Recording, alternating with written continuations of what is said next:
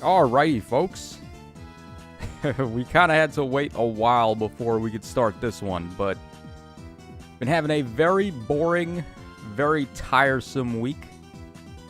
Was just way too exhausted to do this on the days that I said that I would, so we're going to go ahead and do it today.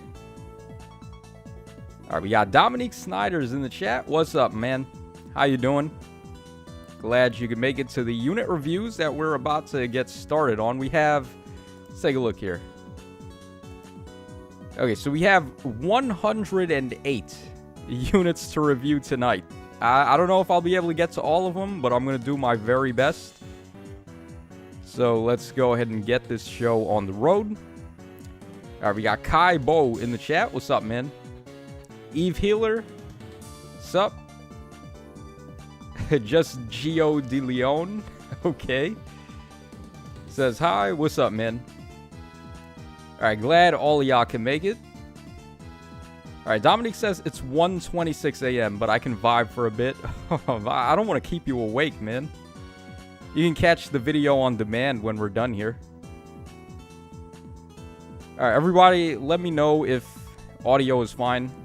Just do a quick little audio check while we start things off with the first unit. So we have Murfict here. Murfict Man says, my most invested unit. Been trying to settle on a good skill set since Vital Astra came out. Wanting to do something mixed phase. Looking forward to her refine, possibly later this year. Alright, so we have here a female Byleth. Alright, so Byleth has got Creator Sword, of course, with the tempo effect. This was really where tempo came from, so I've been just calling it the Creator Sword effect the whole time. Now we can finally just call it tempo. She also has Reposition, Vital Astra, Attack and Speed Solo 4, Spurn 3, Times Pulse, and Attack and Speed Solo 3. Okay, now, if I'm not mistaken, Creator Sword has -1 special trigger. Let me just confirm that.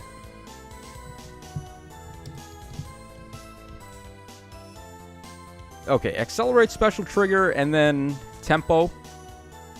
Okay, that's kind of heartbreaking, to be honest. Like, thinking back, when this Byleth, when both of them actually came out, they were pretty good. They were like two of the best sword units in the game, easy, because of the tempo effect.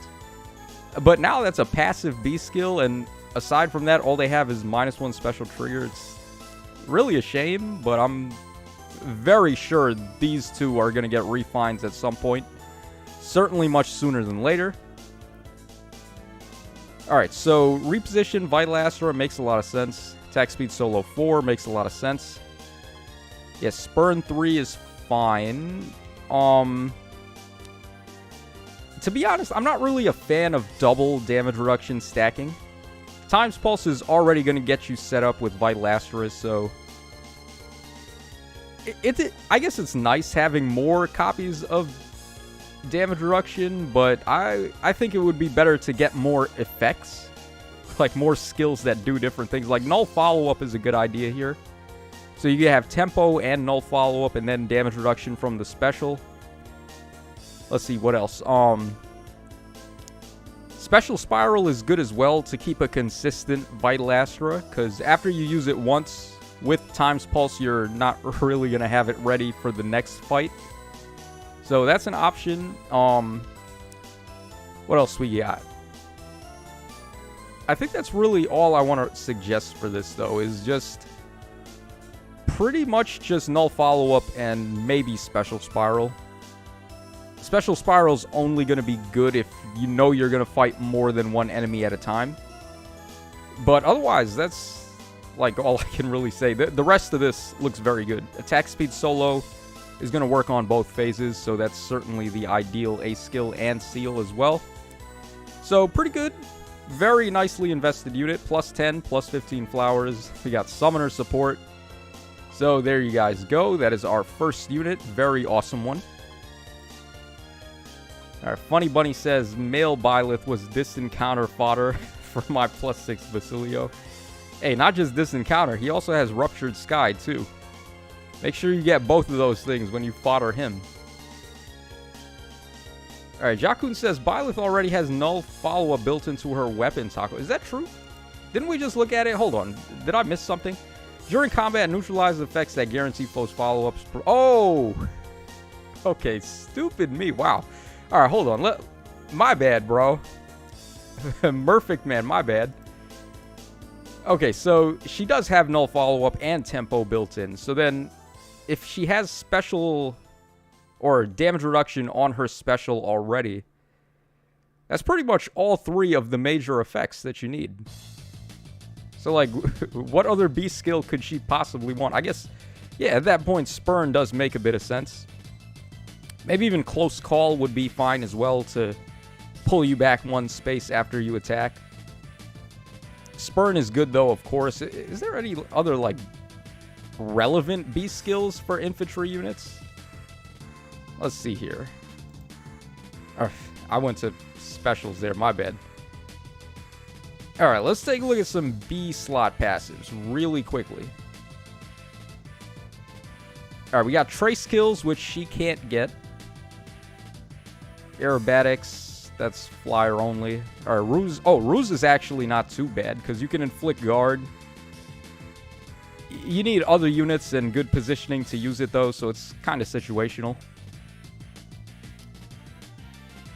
Alright, just ruses pretty much. Breaker skills, pointless. Alright, double chills, yeah, right. Yeah, Close Call is okay, as I said earlier.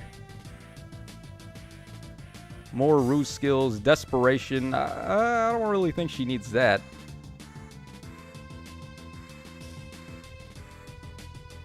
And then all the rest of the... Oh, there's lull skills too, I guess. Yeah, right. Infantry units get lull skills, so you could try lull attack and speed if you want to be bulkier. Lull speed and defense if you want to do more damage.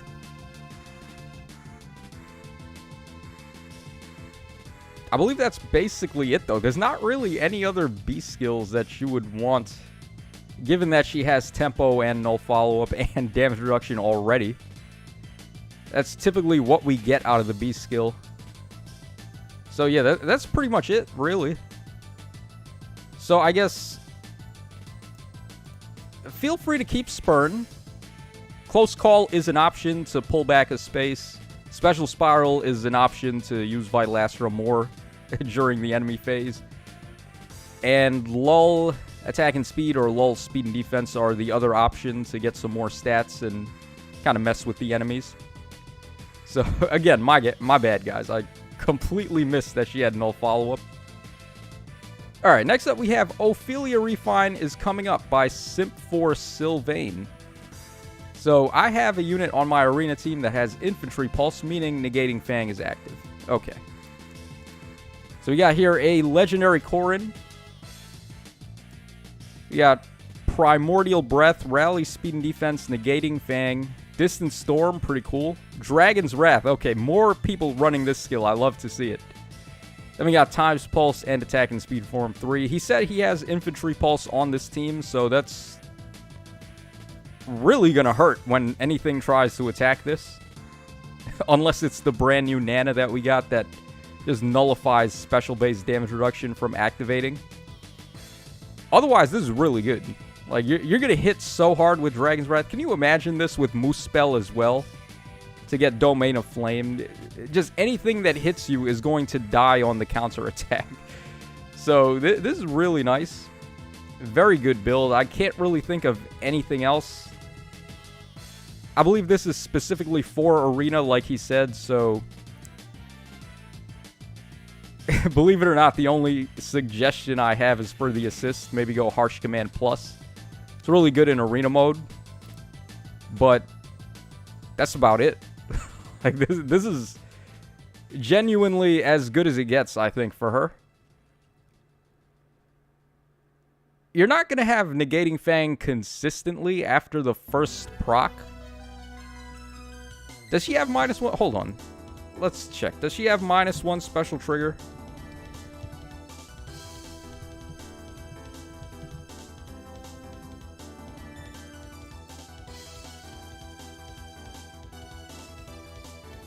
Alright, great. It's taking forever to search. Okay, so yes, she does have -1 special trigger, so negating Fang is at 2 hits. Time Pulse brings it down to 1. Infantry Pulse from the friend brings it down to 0. Problem is, after that first activation, you're not really going to see it as frequently as you'd want. Easy way to fix it is to have breath support, although talking about arena mode, you don't really have much control over what kind of supports you can have. It's just whatever scores the highest is whatever you use. Maybe you could try Darting Breath as the seal. Kind of takes away the purpose of Time's Pulse, I guess, but yeah, well, Fierce Breath is coming soon. This is one of the reasons why Fierce Breath is the breath skill that I'm looking forward to the most, because it's just going to be the most useful overall. Like, speed is nice, but for this, the goal here is to just hit as hard as you can, and gaining extra speed is cool, but it's not really going to help you one-shot with negating Fang. So, I guess wait for Fierce Breath to be a seal. Or try Darting Breath, but, like, that's really it. And then instead of Time's Pulse, you could run Joint Drive Attack at that point. Just my suggestions. This looks fine, though. It doesn't seem like any problems there to me. Alright, Moon Angel Fire says Pulse Tie skills. Yeah, that could be an option too, but probably not on that Corrin build. The goal is to try to one-shot with the damage reduction and then the bonus damage you get from damage reduction. So Dragon's Wrath plus negating Fang. Gonna look really good there. Alright, Chris Lee says, hey Tacho, can't stay because I'm currently at work right now. Okay, please focus on work. You don't need to be here while you're working. But I wanted to at least stop by and say hi. Well, hello Chris Lee. How you doing? Get back to work. Stop goofing off. You don't need to be watching a live stream while you're at work. Alright, we have Saltire at Lataxo here. Okay, so love how these 4 turned out. If you just want to review one, please take Nino or Corrin. They're super fun to use. Crom and Naui just steamroll most of the enemies. So, Corrin and Nino. Okay, let's see here. Oh, don't really see that too often. And then Nino looks like this. Okay, Nino is a little bit more, I guess you could say, set in stone. The way that you build her is pretty basic because she's a Blades Home unit. Let's take a look at Corrin here. I've not seen this Corrin in a very long time, and she did get a refine, Gloom Breath, which is similar to Saizo's Dagger, I believe. Let me just bring up Gloom Breath and double check it. Alright, so at the start of turn, inflicts attack and speed -7 on foes in 2 spaces for the next actions. After combat, if unit attacked, inflict attack and speed -7 on target and foes in 2 spaces of target through the next actions. We got adaptive damage, and then grants a bonus to all stats during combat, equal to the current penalty on each of target stats. Okay. So, what do we got here? Built-in attack and speed menace, kinda, not really.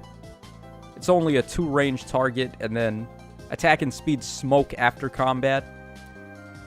And then bonus damage based on the enemy's penalties. So it is pretty similar, relatively, to Saizo's Dagger.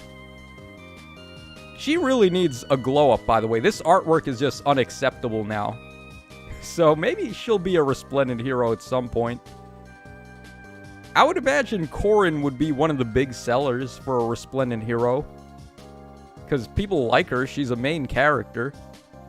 I personally never played Fates, so I can't really talk, but if Corrin is popular enough to be in Smash Brothers, I guess she's popular enough to get a resplendent hero.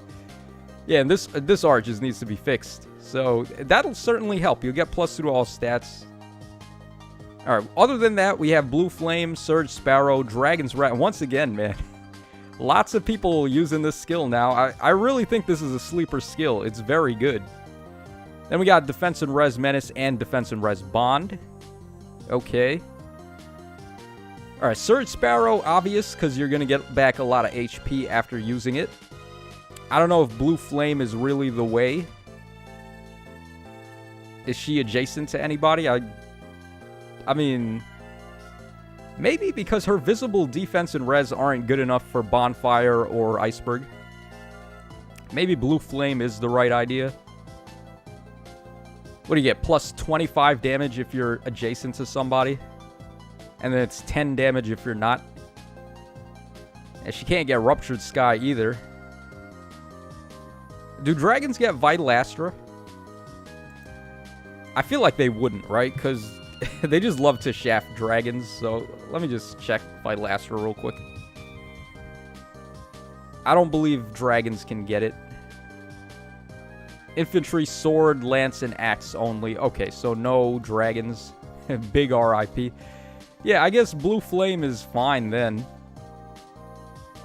I'm not sure how good Draconic Aura is going to scale with her attack. Her attack is actually really bad, her base attack. That is one thing I remember about this unit. So yeah, I guess Blue Flame is the way. Alright, Defense and Res Bond, I think you could probably do better, although she's going to be pasted to an ally like glue. So a bond skill isn't a terrible idea. Maybe, let's see, what are the options? We got solo skills, but those, I don't know, maybe the form skills actually, because you'll get 2 extra points to defense or res or attack and speed or whatever you want to go with. I don't think defense and res form is a seal yet, though. Res is not very good. She's not really going to be a distant counter unit either. I don't know if focusing on res is the right move here. Probably just focus on attack, speed, and defense, because like people are going to bully her on res with ranged mages. So like speed and res form, I think speed and res form is a seal. And attack and speed form as well. Those are probably a better idea than the bond skill. And then if you have to attack and you're not going to be adjacent, then you still get some stats from those. Defense and Res Menace combos pretty decently with her weapon. Yeah, I don't really think there's much to change here outside of the seal. That's really my only suggestion here. And just watch out for range units. Maybe have a... What wouldn't be a bad idea is have a save unit that can handle ranged threats next to her. But a very nice unit. Very nice to see a duo Sothis dying and a... maybe Galzus died, but it could also be Brave Erica who died for this. So, just playing up the theme of building your favorites, killing the meta to build your favorites. That's the true way to play Fire Emblem Heroes. Alright, we got Apple Draws in the chat. What's up? Alright, Javier Gibson says, does anyone know his Twitter? I'd like to post the unit. Okay, so my Twitter is It's Tacho. Although, we have like 100 plus submissions to go through already. I don't know if we'll have time to do more. I'm going to try my best, though. Alright, Vopop30. What's up, man? Can Julius use Ruptured Sky? I think so. Yeah, infantry mages can use Ruptured Sky, I believe.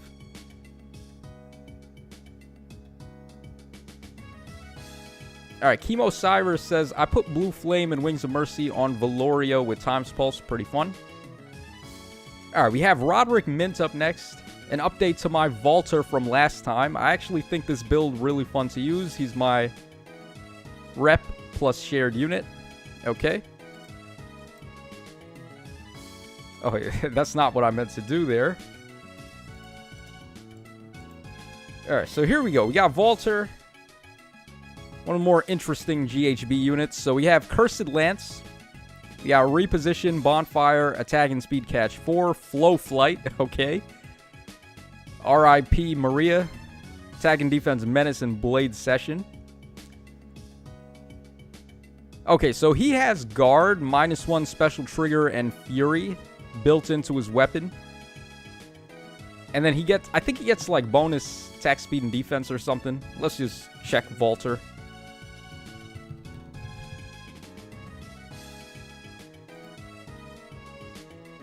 Alright, accelerate special trigger, grants all stats of 3. Takes 6 damage after combat. If HP is not full, or if a penalty is active, gets attack speed and defense up 5 and inflicts guard on the enemies.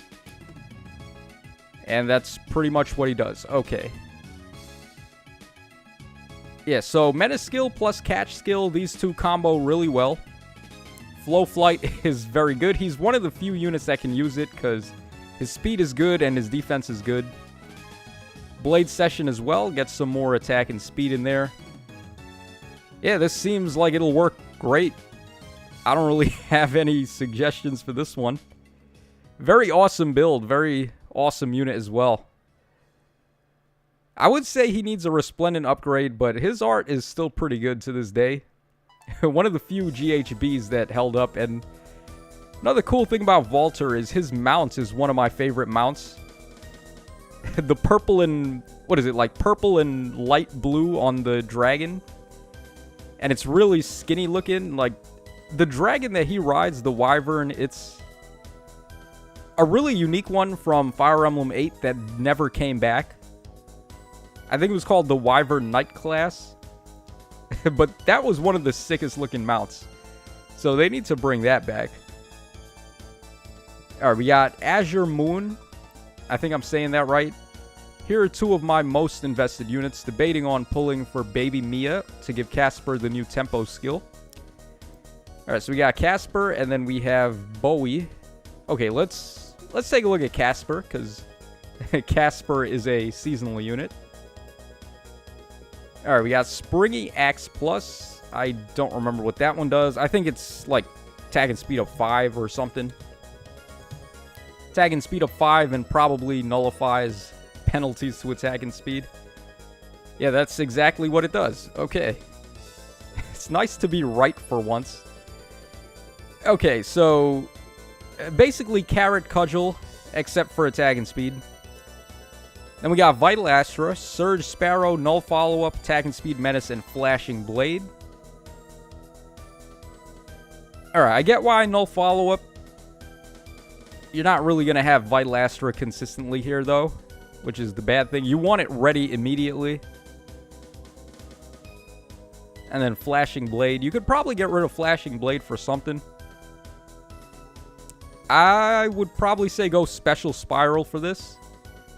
Null Follow-Up is great, of course, but if you don't have Vital Astra ready at the start of every fight, it's kind of pointless to have it. Yeah, Surge Sparrow for the heal is very good. Surge Sparrow with Vital Astra ready is a very nice way to get back a ton of health. Alright, and then instead of Flashing Blade, you could go for Attack and Speed Solo 3 or Blade Session. Or attack and speed form. There's a lot of attack and speed options now, but I would say probably the solo is best because you get some stats on the enemy phase as well. That's pretty much all I can say. Just go with Special Spiral to have that ready Vital Astra at all times. The only issue is going to be getting to the first Vital Astra, because he's not really starting with any cooldown reduction. Maybe support him with Valoria.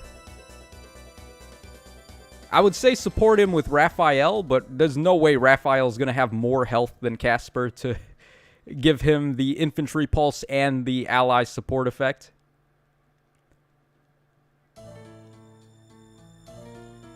That's pretty much all I can say, though. Just Special Spiral, try to get his special ready before the first combat, if you can.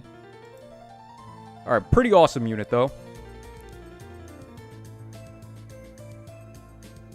Alright, Jack Dopper says, doesn't Summer Innis have that dragon as well? Yes, he does. They gave it to a couple of units in... I think Cormag has it too. I think. I haven't used Cormag in a while, but... The unique dragon from Fire Emblem 8 is on more units than just Valter. So, yeah, I really love that class. They need to bring it back, for real. Just the way that they handled branch promotions in Sacred Stones was one of my favorite things about that game. Alright, we have Z the Thiel next. A bit of a Tharja fan. Managed to snag a few copies of her. Every year, her banner comes back over a few years until she was fully merged. Okay, that's the smart way to do it. Don't just dump all your eggs into one basket and try to plus 10 a unit on a single banner. Plus 10ing units is a venture that takes multiple banners and multiple months and months of saving orbs just to do it. It's a very huge investment and a very big time investment as well, but at the end of the day, you too can have this unit. Alright, definitely an investment I'm happy with on my light season offense. Okay. So, Winter Tharja, one of my favorite artworks in the game, if you guys saw my top 10 favorite seasonal artworks. Okay, Unity Blooms, if I'm not mistaken, that's Henriette's Tome. So, attack and res up 5, or I think it inflicts attack and res -5 to the foe, and then you get 4 HP back per hit. So, it's a pretty strong bait weapon. Then we got Iceberg, Close Reversal, very good. Crafty Fighter, AR Near Save, and Defense and Res Bond. Yeah, look at that fat defense and res right there. God damn, this Tharja is so thick. Yeah, I mean, this is going to work. So you inflict guard with the B skill. You get defense up 5 from Close Reversal. Get attack and res up 4 from Near Save. You got defense and res bond, which is always active with the save skill. Iceberg hurts pretty bad. Wait, does she not have more defense on this, though? I think she has more, like, just by 1 point more, but it's still 1 more point of defense. Maybe just give her Bonfire. I don't know. It really doesn't matter, because her defense and res are so close anyway. It's not going to make a difference. But yeah, this is going to work. This is a very nice build. Other options, there's some more tomes you could try as well. If you want to, like, really make cavalry units cry, you can give her Rower, what is it? Rower Wolf, I think, is the one that's effective against cavalry. What other red tomes do we have? Let me see. I'm drawing a blank on red tomes. I feel like we just recently got a good one.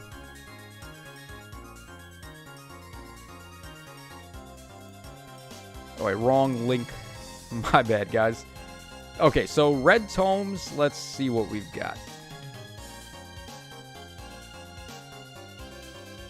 Because I'm fairly sure we got a good inheritable red tome. Or at least a decent one. Okay, Luminous Grace. Get back 10 HP and attack and speed of 5. Yeah, that's whatever. Yeah, Rower Fox. Rower Lion. Grants attack up 6 to adjacent allies for 1 turn. Start combat. Gets attack and res up 5. Okay, that's whatever.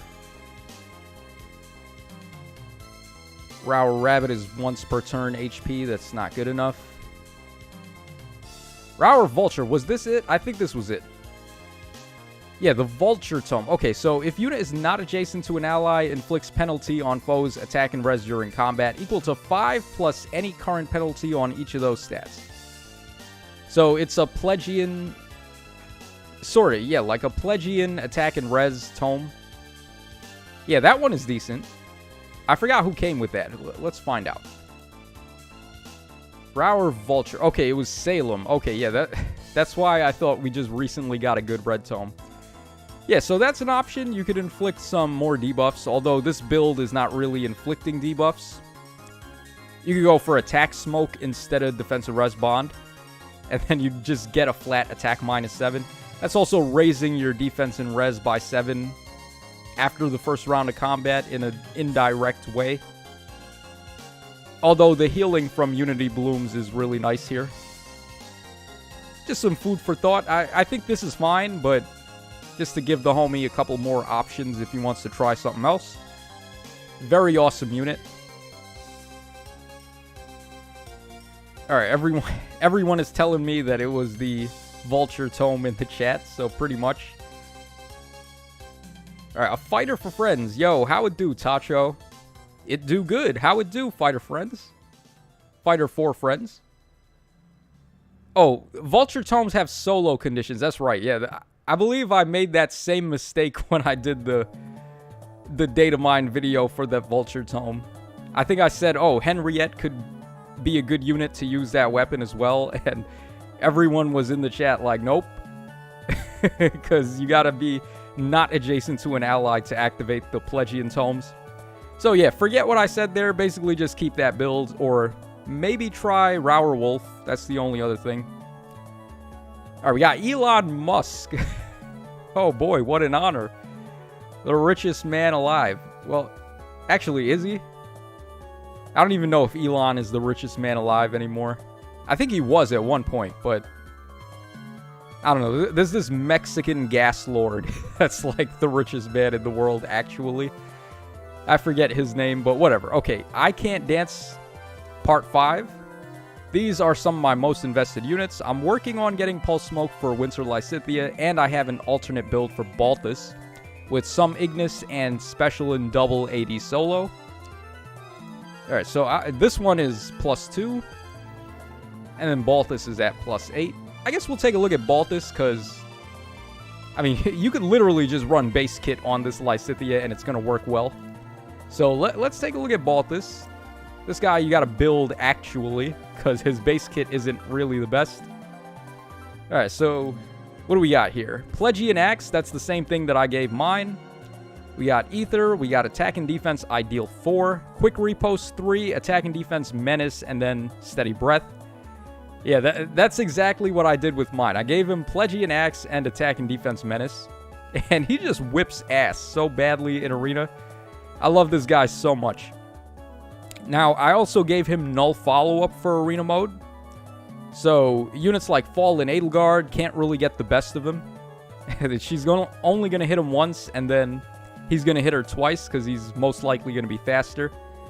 And I don't really care about ranged enemies with this guy. He does have a good workable res stat, but on my Arena team, he's paired with Legendary Tiki, so she can handle the ranged threats somewhat. So yeah, Attack, Defense, Ideal. Ideal and Menace work pretty well. I think Ideal skills need you to have an active bonus to activate, which is going to be the case with Menace. Steady Breath works. You're going to get to that Aether faster. Yeah, I think instead of Quick Repost, just go with Null Follow-Up for this guy, because once Attack and Defense Menace hits an enemy, combined with Plegian Axe, this guy actually one-shots like everything in the game. He hits really goddamn hard. So you don't even need to hit people twice. I would just go for Null Follow-Up. Or maybe lull Attack and Defense to hit even harder than that. But those are just some suggestions. The Ideal skill is really nice. I gave mine Attack and Defense Solo 4, but that's mainly because Attack and Defense Ideal wasn't available to me. So yeah, pretty good build, pretty awesome, very nice unit. Hopefully you can get the other two merges soon. No boons and banes either, so I would say go plus attack, but you already know that. Like, just jump people with his massive muscles. Get those one-shots. Alright, James Hammond. Oh, okay, so that's the guy we just looked at his unit. Someone hacked my Twitter and I was too lazy to change it back, really? Is that what Elon Musk has been reduced to now? He's just hacking people's Twitter accounts to change their name to his name? Alright, and I meant Fatal Smoke instead of Pulse Smoke for Lysithea. Yeah, Fatal Smoke is good on her. I had Priam lying around. Yeah, I actually do have Priam as well, but you know, Ike Stan, and Priam is the son of Ike, so I can't just, like, kill him off to get his fodder. Alright, very nice unit, though. Alright, we got Charlotte time up next. If I may be chosen, you have been, my friend. Alright, he says Charlotte time, but he has also a New Year Plumeria. But I feel like it would be a disservice to him if we didn't look at Charlotte. So let's see what Charlotte has got here. Alright, plus 10, very nice. Fair Fury Axe, okay. Reposition, Vital Astra, Sturdy Surge, Spurn 3, Attack and Speed Menace, and Flashing Blade. Again, we're seeing the Flashing Blade and Vital Astra thing. Maybe I'm wrong about that. Maybe it actually works quite well. she's getting damage reduction on Spurn already. So it's like Vital Astra is only there for the damage by this point. If you have it ready before combat, then it's great. Huh. Yeah, I guess that's another way to use it. Let's take a look at Charlotte's weapon here.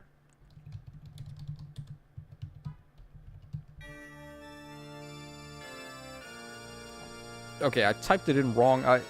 Yeah, they probably count the hyphen as part of the name of the weapon. Okay, so -1 special trigger. If unit initiates combat or is in 2 spaces of an ally, deals 15% of unit's attack and grants attack speed up 6. Okay, yeah, so in this particular build, Vital Astra, the damage reduction is just going to be a throw-in. What you're really running it here for is the extra damage.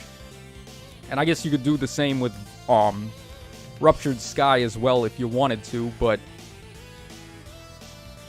I guess, like, Vital Astra would be better. If you just happen to have it ready before combat starts, it's better than Ruptured Sky then. So why not? And then Flashing Blade. I guess Flashing Blade is so she can get through guard. You don't even need that anymore, though. You could just, instead of Spurn, you could just run Tempo now. Speed and defense Tempo, that's an option. Sturdy Surge is fine. Yeah, actually, Sturdy Surge is quite good. Because I think it gives 10 defense, and then you're going to recover HP also. So it's a nice little side option to Sparrow Surge. I feel like you could be getting some more stats, though. So I would say try Tempo. I don't know if Spurn is going to be better or worse. You do get 5 true damage from Spurn if you use a special, which is good. Huh. Yeah, like, is it better to go Tempo and then attack speed solo 3? Or is it better to just get the damage reduction immediately? I don't know. Y'all in the chat will get me on the rebound with that one, because I don't feel like I don't feel like I really want to suggest Tempo here necessarily when this, like, just on paper, this looks like it would work. But I think Tempo would work as well. That's the only thing. Alright, regardless, a very nice unit. Very cool to see Charlotte actually getting some investment. Alright, Jack Dopper says, Tacho, is this your first time seeing these units, or have you gone through some of them in beforehand? I just quickly skimmed through some of them to find a nice one for the thumbnail. And I think I found, like, the wackiest one for the thumbnail. But I didn't actually look at any of the builds. Who is Ike's wife? Soren? Well, certainly not Soren, obviously. In my headcanon, Ike always married Lethe. Because they seem to get along. I don't know. In Path of Radiance, they got along pretty well. And Lethe is a girl, obviously. And also, she kicks ass, too, just like Ike. So I could see him... Like, if Ike is going to pick a mate, I would imagine he would pick someone that also kicks a lot of ass like him. So, probably Soth. Or, not... Wow, why did I say Soth? Freudian slip there. Thank you so much, Micaiah, for that line where she says Soth is the father of Ike's children. Just made me do the same thing, too. That's why I love Micaiah, by the way. But, no, Lethe is always the one that I paired with Ike. Alright, so Monty Mole up next. I love Monty Mole. One of my favorite enemies from Super Mario World. So, don't ask how many orbs it took to get 6 more copies of her. Totally worth it. Oh, boy. R.I.P. that. I know the pain, my friend, of hunting plus 10s. Alright, but we have Malice. I believe Malice was color sharing on her banner. I think. I can't remember 100%. But we have Malice here. Spendy Scimitar. Let's double check that. I believe she gets bonuses based on her amount of dragon flowers. So we have -1 special trigger. If unit initiates combat or is in 2 spaces of an ally, gets a bonus to all stats based on number of times unit has been enhanced with dragon flowers, up to +6. Or just 1 or more times +6, 0 times +4. Also, if unit has been enhanced using dragon flowers 2 or more times, neutralizes effects, or just tempo, basically. So we got -1 special trigger, all stats up 6, and tempo. Pretty solid weapon, honestly. Alright, then we got Vital Astra, we got Spurn 3, attack speed unity, times pulse, speed and defense solo. Yep, this will work out just fine. Absolutely no complaints here. Yeah, this works. Seems fine by me. Again, I'm going to say this with every unit that has Vital Astra. Special Spiral and Vital Astra are like crackers and cheese. They just go together so well. But I can understand why Spurn is also the hot flavor of the day, apparently, with Vital Astra. You get the 5 true damage, and you get the damage reduction before Vital Astra is ready, in the event that it's not. Otherwise, all the rest of these skills seem fine to me. And we got plus attack and plus speed. Very well invested Malice here. She's very thick, too. Gotta love that. Always invest in the thick mamas. Alright, Monty Mole says, too bad I don't have null follow-up. Oh, I guess that would be an option, too. I wouldn't really necessarily recommend it for that build, though, because you're most likely going to one-shot whoever you attack. Like, see, null follow-up is great, but if you're killing the enemy in one hit, you don't really need to hit them twice, right? So, nuke units typically don't need null follow-up if they're strong enough to just one-shot things. Alright, we got Creme de la Creme up next. Okay. Hey, Tacho. Raphael is used for summoner duels with Ash and August to make him a teleporting nuke, surviving close to all encounters, even if I don't hit Duo Crom's duo skill. If he doesn't one-shot, the Ether will come in handy to finish the target off. Bartre is my show-off unit.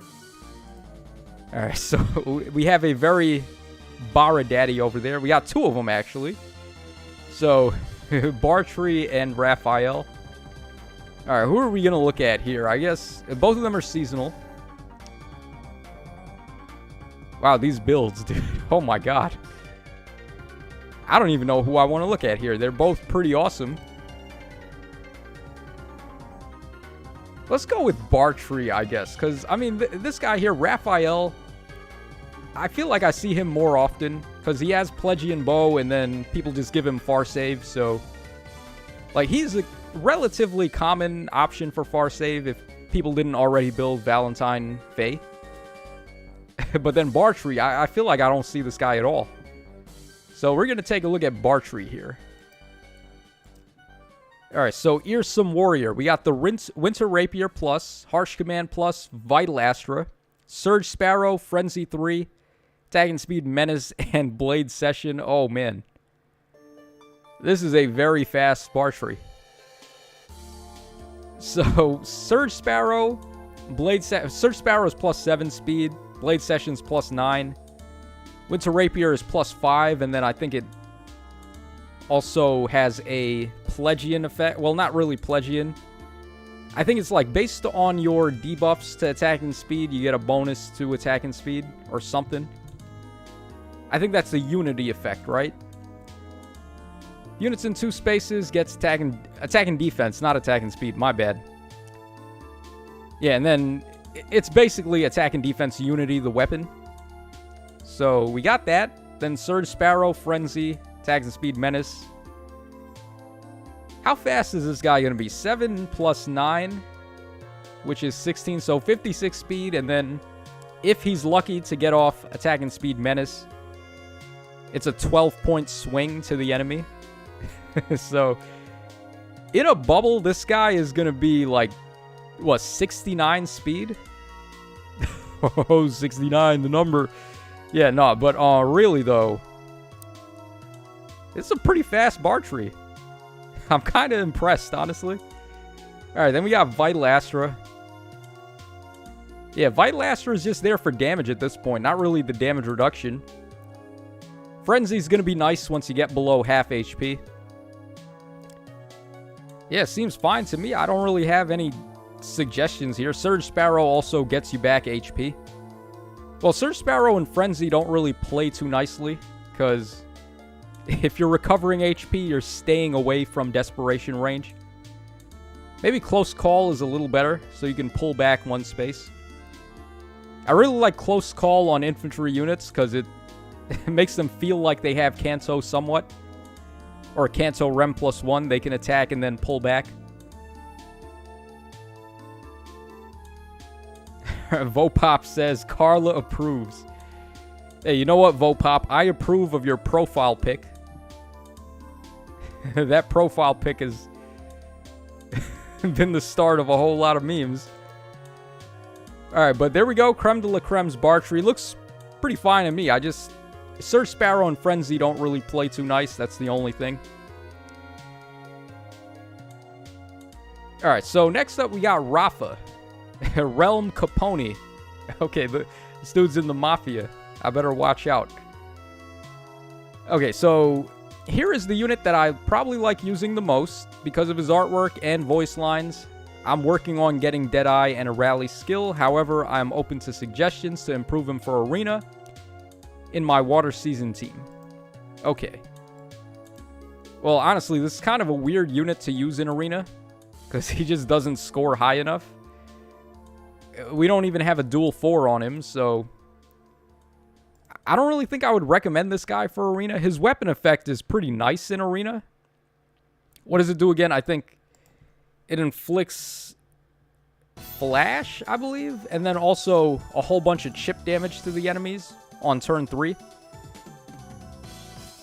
Alright, gets speed up 3, started turns 2 and 3, deals 7 damage to foes in 3 columns centered on him, and Panic. Converts bone, or that's just them explaining what Panic does. We already know that. At the start of combat, if unit's HP is over 25%, gets attack and speed up 5.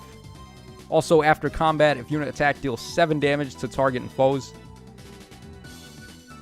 So, he's got a whole bunch of chip damage effects. Only getting speed up 8 and attack up 5. That's not really that great. Yeah, I don't know about this guy as an arena unit. Probably would be better just to use him for other modes. He's not going to score high enough. We got double Savage Blow, though, and Desperation, and Fury. Going old school here. This is the classic free-to-play build we used to run. Fury and Desperation. And then double Savage Blow. Yeah, this build works with his weapon fine. He basically has triple Savage Blow with this. And then once you get to Desperation, he can be okay, I guess. Defense is looking pretty good for him, honestly. 38 and 37. Yeah, that's my only real suggestion. Obviously, if you get better stuff, you could give him Fury 4 instead, or maybe even Attack and Speed Solo 4. Or not Solo, Attack and Speed Push 4. So that way he gets the chip and more attack and speed. But yeah, my real recommendation, though, is not using him in Arena, because I don't really think it's going to work out too well. Maybe Arena Assault, but there's certainly better free-to-play units you can run for Arena. Alright, we got Annie Artist in the chat. What's up, man? What will Surtur's Refine be? Surtur's Refine, they need to give him near save, AD near save built into his weapon, and also make his 20 chip damage effect in 4 spaces instead of 2. And then all of a sudden, he's like the best armored unit again. It's going to be real interesting seeing what they do with his weapon, because Sinmara could easily just break the game if they don't do it right. Alright, anyways, we got Random Guy 5 up next. He feels more outdated with each banner. Oh, that's a big rip. But I still use him very solid at melee range. Okay, so we have Resplendent Seliph here. This is actually one of the Resplendent heroes that I missed, that I'm kind of sad that I missed. I ended up getting stupid Lachesis instead of Seliph.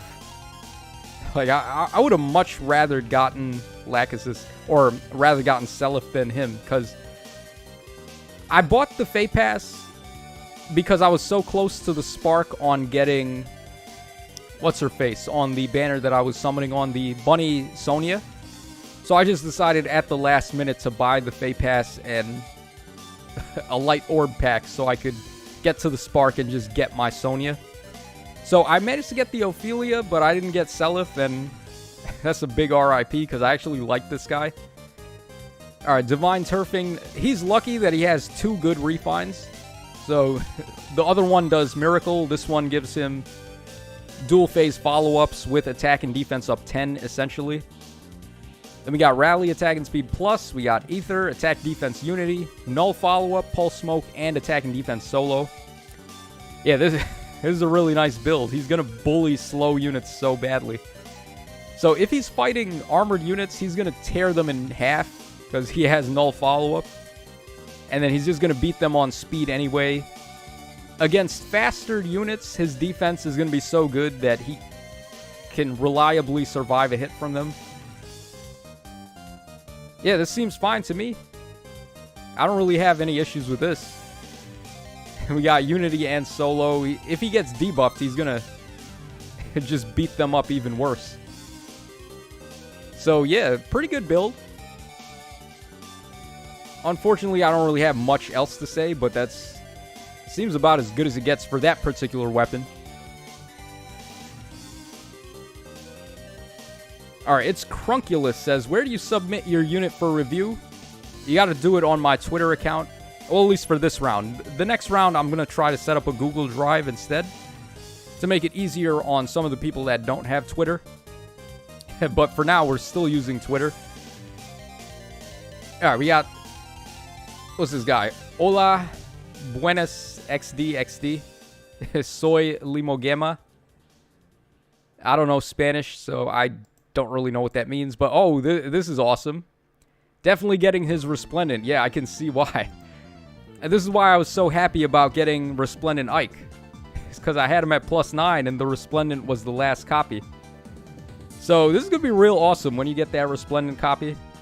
Gonna get him to +10 and get the +2 to all stats. Very nice. So we got Golden Dagger, Reposition, Vital Astra, Attack and Speed Unity, Null Follow-Up, Times Pulse, and Darting Breath.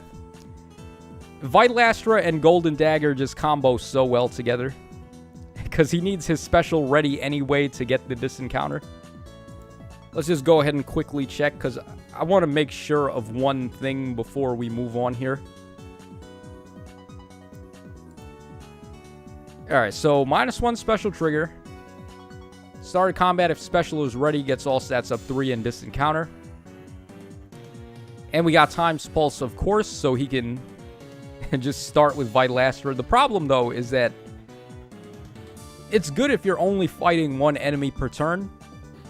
But if you gotta fight 2 enemies or more, then you're not gonna have Vital Astra ready anymore. So, a lot of people run Special Spiral if they're running Vital Astra on this guy in particular. Although, Null Follow... I totally get it. Like, Null Follow-Up is going to work. Attack Speed Unity, Darting Breath, all of this is very good. Just basically fight one enemy at a time, and this will work out just fine. As long as you know that's going to be the case. But yeah, there's not really much else to comment on there. Pretty basic, but it gets the job done. Alright, Any Artist says, yes, Saber is actually a decent unit. His Refine actually is good, giving him DC if he has his special ready. Yep. Alright, Ian Cordero says, it's funny that Ike's Refine is the same as Saber, but better and with no caveats. Yeah, that's kind of true. He has -1 special, disencounter, and then all stats of 4. Yeah, I actually was using Resplendent Ike for a while after he got his Refine. And then they made Duolith, and he just shut down all of the Ike units.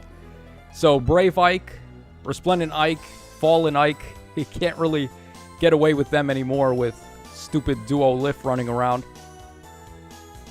Alright, we got Lindius up next. Didn't get my unit reviewed last time, so hopefully this time reaches out. One of my favorite units from FE8 that I invested so much on her. Alright, so Lindius, sorry I missed you last time, but you have a namey here for us to check out. Let's go ahead and make this a little bit bigger. Alright, so Namie has Rapid Crier Bow. Of course, I believe she gets true damage and then some other effects. Let's go ahead and bring that up real quick. So, Rapid Crier Bow has effective against flying, speed up 3. Start turn grants attack and speed up 6 to ally with the highest attack and speed total for one turn. So it has attack and speed gap, essentially. And if units in 3 spaces of an ally gets all stats of 5 during combat, and a bonus to units attack equal to the combat total, or equal to the total attack and speed bonuses on ally with the highest attack and speed in 3 spaces. So her weapon is just very self-sufficient here. She's already getting all stats of 5. Then she's giving the attack and speed gap effect to the other ally that's going to be in 3 spaces for her to borrow the attack and speed back from them. So it's a really cohesive weapon. Then we got Reposition, Deadeye, Swift Sparrow 3, Null Follow-Up, Times Pulse, and Flashing Blade. She does not have -1 special trigger, but with Times Pulse and Flashing Blade, if you hit them twice with Deadeye, you're going to be good to go. Huh. That defense is not looking too good. No merges either. Oh, that's a big RIP. Okay, what is there to really say about this build? I feel like it's a very hopeful build. Like, we're really hoping that we're going to be able to attack the enemies twice. So that way we can Null Follow-Up, Flashing Blade, and then Deadeye them to the face. I don't really think she's going to be able to live a counter hit, though. 24 defense with 45 HP, that's not really the best. You can't really suggest any other ace skill, though. Like, what's really going to give her more defense here? I don't know.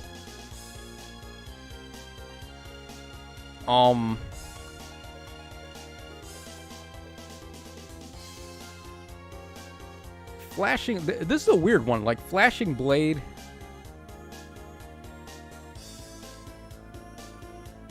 Times Pulse, Deadeye. Huh. Yeah, it's just really, really hopeful that you can hit them twice, basically. I'm not sure how common that's going to be, unfortunately. And also, she's red, which kind of sucks, because Brave Hector, the most common far save unit in the game, is blue. And he's just going to smack her up so badly on defense. Alright, Moon Angel Fire says, also, am I the only one who noticed that Kemp's art looks like Levi from Attack on Titan? Okay, I've never seen Attack on Titan, so I can't comment. Danny says, how do we submit our builds? You submit them on my Twitter account. Go to It's Tacho on Twitter. Alright, Triton's Lullaby says, Sturdy Impact. Yeah, that's what I was thinking, but... So, what do? We go Sturdy Impact on this build, or... Surge, what is it? Surge Impact, the one that gives you the healing as well. I would probably, well, Sturdy Impact. If she has Null Follow-Up, then Sturdy Impact's kind of a moot point. So yeah, probably Surge Impact, and then instead of Flashing Blade, you would go with Attack and Speed Solo, or Blade Session, or anything like that. And then Null Follow-Up has you covered for... like enemies that would follow up. Yeah, once she has Surge Impact, that's 34 defense, then she gets 5 from the weapon. That's looking a lot better. So she'll effectively be at 49, I think. Or 39 defense, plus 45 health. That's certainly looking a little bit better. But you're also losing the special cooldown to get to Deadeye. That's the bad thing. But I guess you don't really need it either, because you hit So we have Time's Pulse here. Deadeye is going to be at 2 hits. You hit them once, they counterattack you, and then the next attack is Deadeye. So yeah, that's probably what I would do here. Surge Impact, and then Blade Session or Attack and Speed solo.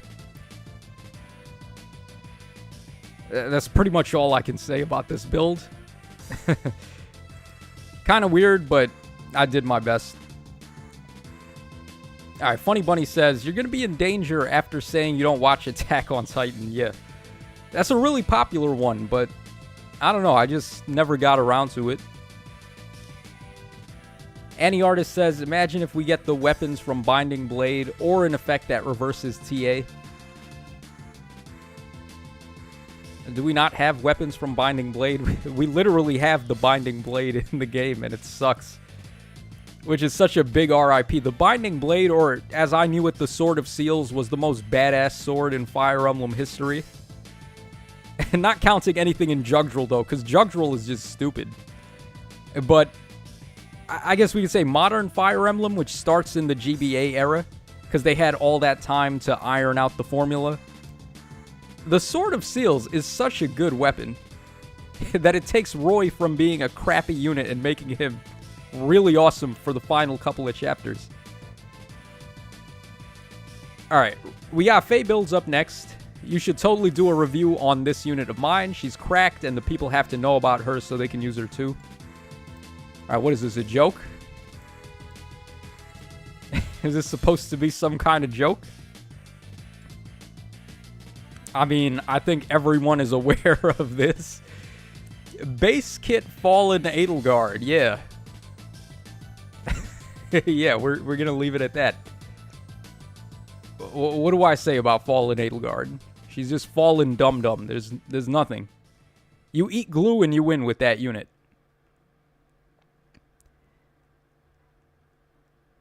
Alright, we got Ohana Musical. Hi, Tacho. Hey, how you doing? Glad you could stop by for a bit. Alright, Vopop says we still don't have Apocalypse in Fae. You know what the real problem is that we don't have in Fae? We don't have Athos and we don't have Nurgle. The two main characters of Fire Emblem 7, essentially. How could we not have Nurgle or Athos? I don't understand. It makes no sense. We're 5 years plus into the game's life, and we don't have those units? How could they not do Nurgle on a Fallen Heroes banner?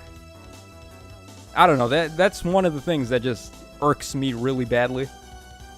And then we got freaking Saint Elamine before Athos. I don't know what to say, man. They tried to just shoehorn the waifus into everything, right? They probably think Athos is an old man, so he's not going to have any, like, summoning value to players. They'd be like, oh, who's this old guy? Nobody cares. Bring on the waifu. We want Big Booba. That's what we summon for. Alright, we got Immortal Kick-Ass. I like that name. Was great fun pushing out of position units in summoner duels. Currently saving all my orbs for the remaining merges. Alright, so we have Igrene. This is a really great unit. Ninja Igrene. Igrene is bringing up what I was talking about earlier. The Big Booba is what we summon for. And, of course, Kaboon drew this. Man, Kaboon, you naughty boy. Remember when Kaboon was tame, when he drew the original Tana? And everyone was praising Kaboon's art for that Tana, because she looked like she was actually from Fire Emblem 8. And then Kaboon just went out of control with the big boobas. But, alright, we have this Ninja Igrene here, Nabata Kunai. Drawback, Moonbow, Attack Speed Push 4, Attack Defense Far Trace, Speed and Defense Rain, and Swift Sparrow 2. Alright, you could totally do better than Swift Sparrow 2. Go for Attack and Speed Solo 3 or Blade Session. You don't really need enemy phase speed with her because her jump effect is gonna more or less get her not adjacent to an ally when she jumps. I believe she has the same jump that Ash grants to allies, where it's allies in 2 spaces can jump in front of a unit in 2 spaces. So this is one of the better weapons, for sure. It's also a brave attacking weapon with true damage, if I'm not mistaken. So, can't really go wrong. This unit is crazy. It just happens to be that she came out alongside Ninja Corrin, who is a little bit more crazy. Otherwise, this build looks fine. Like, all I would say is change the seal, and that's just about it. Just go for Attack and Speed Solo 3 or Blade Session, and that's all. We also got Attack and Speed boons from lovely the Broccoli Florets. So, yeah, pretty good. Very nice unit. Very good one for Summoner Duels as well. The jump effects are so strong in Summoner Duels.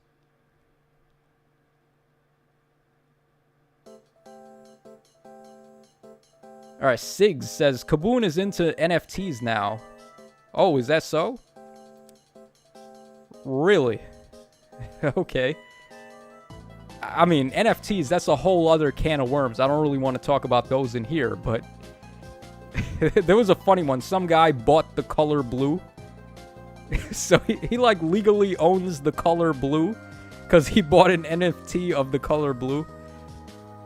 I don't know, man. NFTs, that just seems like a scam, in my opinion. It's a scam to just make money.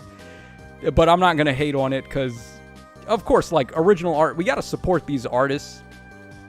They give us stuff like this that's... we got to support that, right? So, I'm not against them, but they are kind of shady. Alright, we got Josh Miller, 6306, up next. Two of my favorite most used units. Hoping to make them better. Hope you enjoy them. Hashtag we like Ike. Alright, I feel almost inclined to look at his Ike if that's the case. Alright, we got a Far Save Brave Edelgard, who could possibly be getting a refine this year. They've been annually doing Choose Your Legends refines every year, so... Is it really time for Choose Your Legends 4 refines? I don't know yet. Alright, and then we got Ike, of course. I'm an expert on Ike, so... We'll go ahead and take a look at Ike.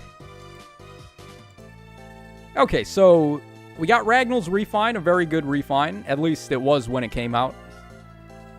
Alright, then we got Shove, Ether, Life and Death 4, Spurn 3, Rouse Defense and Res 3, and Attack and Speed Solo 3. Okay, so... I gave my Ike Pulse Smoke, and then I gave him Bracing Stance 3 from one of the many Millas that I summoned. So you could do that. It gives him access to guard, and then double defense and res. His res is just abysmal, so you really have to watch out for magic attacks when you use this guy.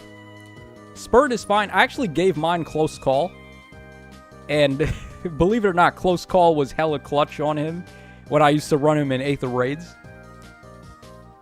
But, I don't know. I guess Close Call and Pulse Smoke could work.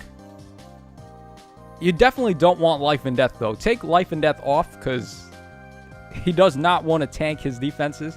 If anything, go for a Solo 4, so you get double stats, or a Stance level 3. The double stances, those are the way to go. There's also Unity skills, which are really good. Attack Speed Unity, or Attack and Defense, or Attack and Res Unity, all very good. The C skill, I would say Pulse Smoke for sure is an option. Fatal Smoke is okay, I guess, but not really my first choice with him. There's also Menace skills, which are really nice. Yeah, you could also do Menace plus Ideal with him. There's a lot of options with Ike. He's actually pretty versatile. Like, the way his weapon works and everything, like all of the good infantry skills that we've gotten. You could do Special Spiral with Breath Seals now if you want to just instantly clap him with Aether. There's a lot of ways to build this guy. He is very, very versatile. But I would like, you got to get rid of Life and Death 4 though, because you don't want to tank his defenses. And then the rest is pretty much up to you. It's like a mystery box. Pick your build when it comes to this Ike. But there's a lot of things that work with him. Alright, let's go ahead and move on to Fuizai up next. Alright, she's mostly focused on Summoner Duels for now, and acts as a self-unalive sniper for keeping opponents in check. Okay. So we got a Brave Micaiah, +5 with +15 flowers. So Light of Dawn, Reposition, Moonbow, Attack and Defense Catch, Attack and Speed Far Trace 3, Attack and Res Menace, and Attack and Defense Solo. Yeah, this is pretty much the way to go with her. Her res is through the roof. So, and especially with her weapon too. Her weapon gives her a lot of res. So this is the way, focusing on defense with her. We also got Attack and Speed Far Trace. I don't know if Far Trace with Attack and Speed is the way. Maybe Attack and Res Far Trace is slightly better, so she hits a little harder, but yeah, 36 speed, and then you're only getting 3 from there. That doesn't really seem like enough. Maybe if you ran Attack and Speed Menace, then maybe. I think her weapon also debuffs the foes based on their current debuffs. Let me just bring that up real quick. Alright, so effective against armor and cav, very good. Res up 3. Start combat if foe's HP is over 75% or they have a penalty. She gets all stats up 4. And a bonus to all stats equal to current penalty on each of target's stats. Alright, so not really like the Pledgian effect, but similar enough where the debuffs on the foes are making you stronger anyway. So of course all that's very good. And then if she initiates combat or is in 2 spaces of an ally, she gets another attack and res up 6 and the guaranteed follow-up. So she's a monster. She's a really good unit, especially when you defense stack her like this. So attack and res menace, yeah, I guess that's fine. But attack and speed menace, you get a little more speed. It doesn't really make a difference. This is fine. I don't really see a problem here. She's getting all stats of 4 already from the weapon anyway, so like 36 speed is actually 40. And then if they have any debuffs to speed, it could be better. Although we're not really debuffing speed here. Seems fine. I could totally see this build working. Not really any issues with that. She probably kicks Hector's ass too. The Brave Hector build with Hardy Fighter. Because Hector's not allowed to have Special Fighter on that build, so... like, Micaiah would actually get the best of Hector, I think. Even though he nullifies effective against armor, she just hits him so hard, it doesn't matter. And she's gonna have the defense to tank a hit.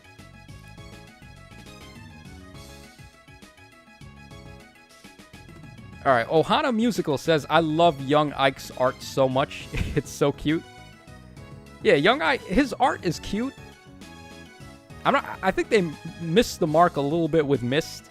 She just looks like a blob of cuteness. Kind of weird. Like, her hair is too fluffy, I think. Is what I would say about the baby Mist. But I think Ike looks fine.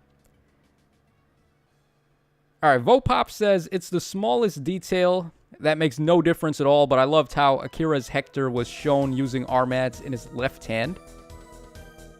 Yeah, that's true. Hector is left-handed. I'm pretty sure that's true. I believe he used it in his left hand in Fire Emblem 7 as well. It's been a hot minute since I've played any of the GBA ones, though. Alright, we got Kamen Rider up next. Mamono Lover. Okay, invested a fair bit into Bertram because letting that sick art sit around gathering dust would be a crime. Alright, so we got Bertram here, a.k.a. What was his name? Renning, I think it was. So, like, everyone was talking about Bertram, and I'm like, who is Bertram? I know this guy is Renning, not Bertram. Alright, but he's got Steadfast Sword. I believe that's the Impact Effect Sword. So, similar to Melee Bouquet. Let me just make sure I'm not lying about that.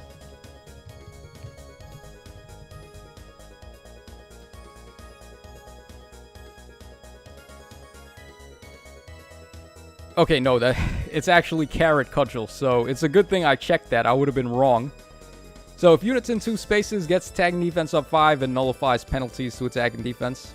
Alright, so it's Carrot Cudgel. Then we got Bonfire, Sturdy Stance 3, Lull attack and defense 3, Rouse attack and defense 3, and Defense and Res Solo 3. That is a lot of 3s. 44 defense, and then 35 res. Okay. Huh. Yeah, this will work against melee enemies. As long as you have a far save unit to protect him from magic, this is going to work pretty well. You know, what's also nice about this is you can like have him player phase, because he has such good reach. He has 3 range movement. You have him attack and then set up a far save unit in range to protect him, and then the enemies are going to have a tough time getting through him with melee units.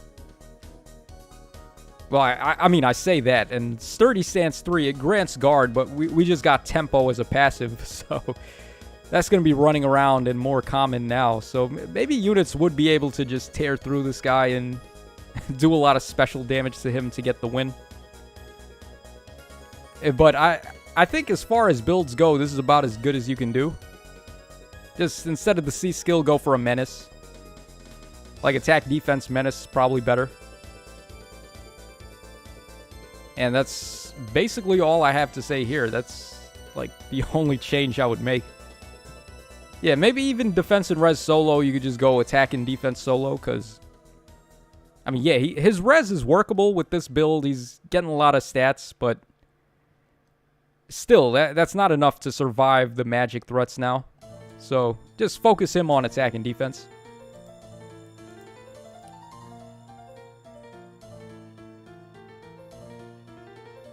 Alright, Moon Angel Fire says a lot of badass units got shafted. Yeah, Bertram, aka Renning, they kind of shafted him, because a lot of people were expecting him to have a better weapon. And they just gave him some kind of dookie weapon. I don't even remember what it did, but it wasn't good. Alright, Annie Artist says they did Bertram so dirty. He looks like a fallen unit. He has a 6 design, and he has a perf weapon, but Insys said, F, you're going to get this crap. Yeah, my sentiments exactly, basically. Alright, we got Booba of Age. Okay, god damn you. That name. I just got jebaited, guys. Alright, Booba. Annie on the move, Burr. I love her too much. This is one of my many builds variants on Annette.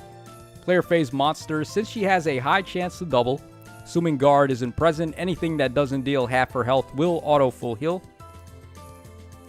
Alright, so we got Annette, a very interesting and unique unit with her rally effect. So we got Crusher, rally attack and speed plus, Vital Astra, Surge Sparrow, Close Call 3, Even Tempest 3, and attack and speed solo 3. Works for me. I mean, she has adaptive damage on Crusher. Vital Astra is, on this particular build, it looks like it's just a throw-in. So you don't really care about the damage reduction, you just want the damage. Then we got Even Tempest, Close Call to pull back after you attack. Yeah, this will work pretty good. And then she has some flexibility too. If she can't reach the enemies to attack, she can just rally and give someone else extra reach. She can also do that to cavalry units that are melee. So, like, imagine rallying on Brave Erica, and then all of a sudden she moves 4 spaces. That would be really clutch in summoner duels. Yeah, this build is pretty good. Honestly, like, I don't really see any faults here. It's doing exactly what is intended, and if it can't for some reason, you just fall back on the rally for support. So, pretty awesome. Very nice Annette there. Alright, Ichi says, nice use of the Doki Doki theme in the seasonal art vid. Yeah, I mean, Doki Doki is like, everyone has PTSD from playing that game, but the music is just so peaceful and mellow. Like, you listen to the music and you think you're getting yourself into something cute and friendly, but little do you know what's about to happen to you. So yeah, I mean, the music, I like using the Doki Doki music for fun and peaceful stuff. But obviously it has a lot of baggage that goes with it if you've played the game. Alright, we got Yum Cereal. Choose your fighter. I have many different builds for both, but these are usually my go-to builds. Alright, so we got Duo Almond Celica. And we got Seteth. Okay. Who do we want to look at here? Okay, this is interesting. You know, I haven't seen this unit in a really long time. Let's take a look at them. Okay, so Duo Alm and Celica. We got them at +5 here with +15 flowers. So Scepter of Love, Reposition, Vital Astra, Distant Counter, Special Spiral, Times Pulse, and Attack and Speed Solo 3. Alright, let's go ahead and check their weapon again. Did I spell Scepter right? Alright, no, I didn't. Spelled it Sceptor. Okay. Scepter of Love. So we get Speed Up 3 at the start of combat if a bonus granted by a skill like Rally or Hone is active on the unit, or if unit's HP is over 70%. Grants a bonus to unit's attack equal to 25% of foe's defense and inflicts penalty on foe's attack equal to 25% of foe's res. Very, very interesting. Very unique weapon there. Yeah, they were relatively popular when they came out, but they haven't really stood the test of time that well. The weapon basically has Lunar Flash built in on every attack, which is nutty. Alright, then they can also lower the enemy's attack if they have a lot of res. We got here Vital Astra, Distant Counter, Special Spiral, Times Pulse, Attack Speed Solo. So the goal is to just get to that Vital Astra and then use it for damage reduction. They don't have any -1 special trigger though, so he has many different builds. Just get like Times Pulse somewhere. Or not Times Pulse, Infantry Pulse from somewhere, and there's a lot of ways to do that. You got Legendary Hector with his C skill. You just run hard Infantry Pulse on somebody. There's also Raphael with his support. Valoria. There's so many ways to just get Vital Astra ready immediately, and then it's good to go after that. That's pretty much all I have to say. Their res is a little bit low for today's standards. They're not going to be able to tank too many res opponents. But on defense, they should do okay on defense with the damage reduction. And then their duo skill is really nice too. It recovers HP and it also removes any status inflictions. Let me just double check that. You can basically use it to cure stuff like isolation, I think. Let me just double check. Alright, restores 30 HP, nullifies penalties, and grants attack and speed up 6 to unit and allies in 5 rows and 5 columns. Oh, that sucks. It's only penalties. It's not negative status effects. Oh, wait, no, it is. Okay, it is negative status effects. So, yeah, you could use their duo skill to get rid of stuff like isolation, stall from Reeve, which is really annoying. There's just a lot, man. Gravity, guard, there's so many negative status effects. So their duo skill is actually pretty handy, especially in summoner duels too, where people run AoE specials to break through far save and near save tanks. You can just recover up your HP back. So yeah, this is actually a really slept on unit right now, I think. I would call them a sleeper, but you just got to watch out for their res a little bit now.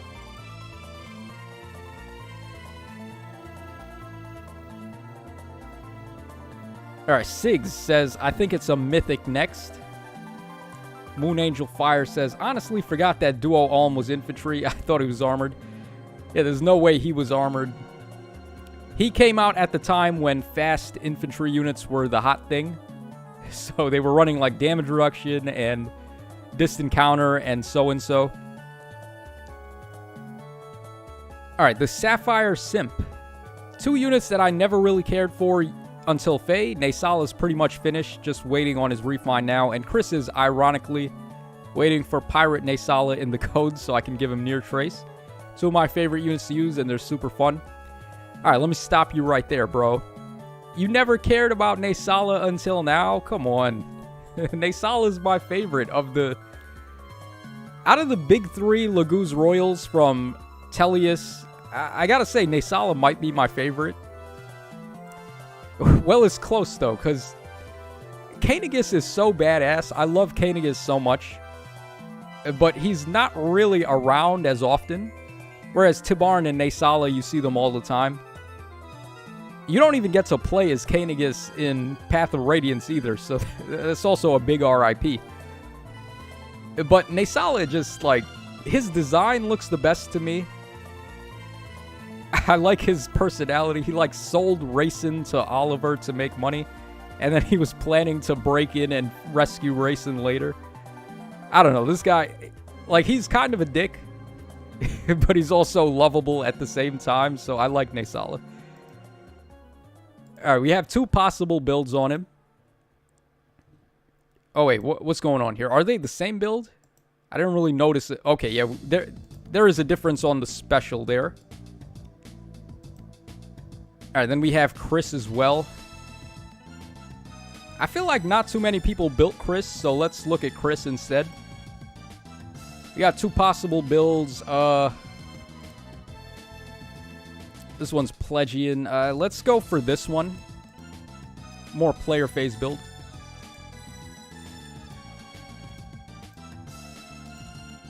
Alright, so we have here the Plegian Chris, Ninja Masakari. We got Reposition, Gale Force, Swift Sparrow 3, Lull Speed and Defense 3, and Attack Smoke 3 in Blade Session. And I believe he said he was going to go for Attack and Defense Trace once he gets that, or Speed and Defense Trace, the one that Pirate Nasala has from the manuals. That's definitely what this guy wants. Yeah, seems fine to me. I mean, you got the Ninja Weapon for Brave Attacking, you got Gale Force, you got Swift Sparrow for Attack and Speed, Blade Session for Attack and Speed. You don't really need Attack Smoke on this build. You'd probably go for something else, like Joint Drive Attack would be good. Because these ninja weapons, they're great, but they don't have the best of might. So, Joint Drive Attack helps.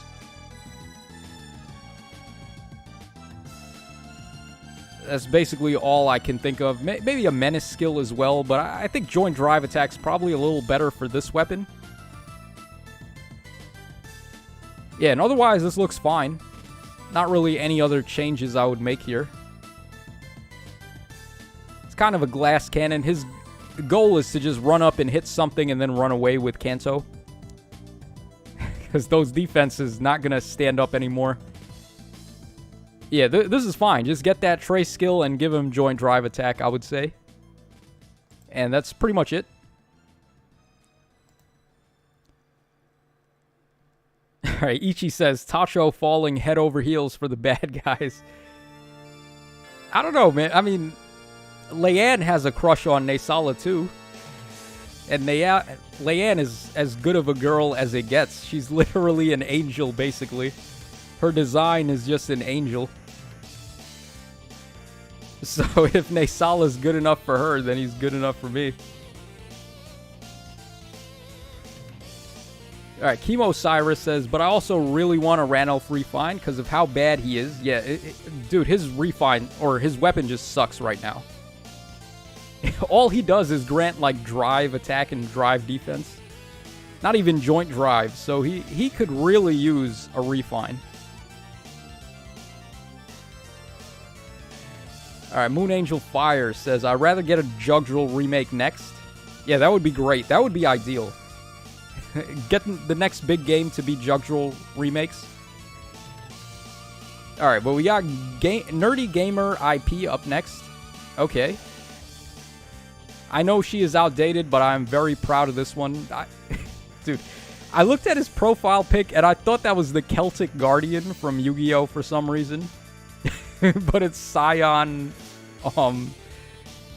Levin. Why does he look like the Celtic Guardian here? Or is that just me? I don't know. I'm tripping, guys. What else is new? Alright, but we got Shanna Banana. Okay, I have not said Shanna Banana in ages. But here she is.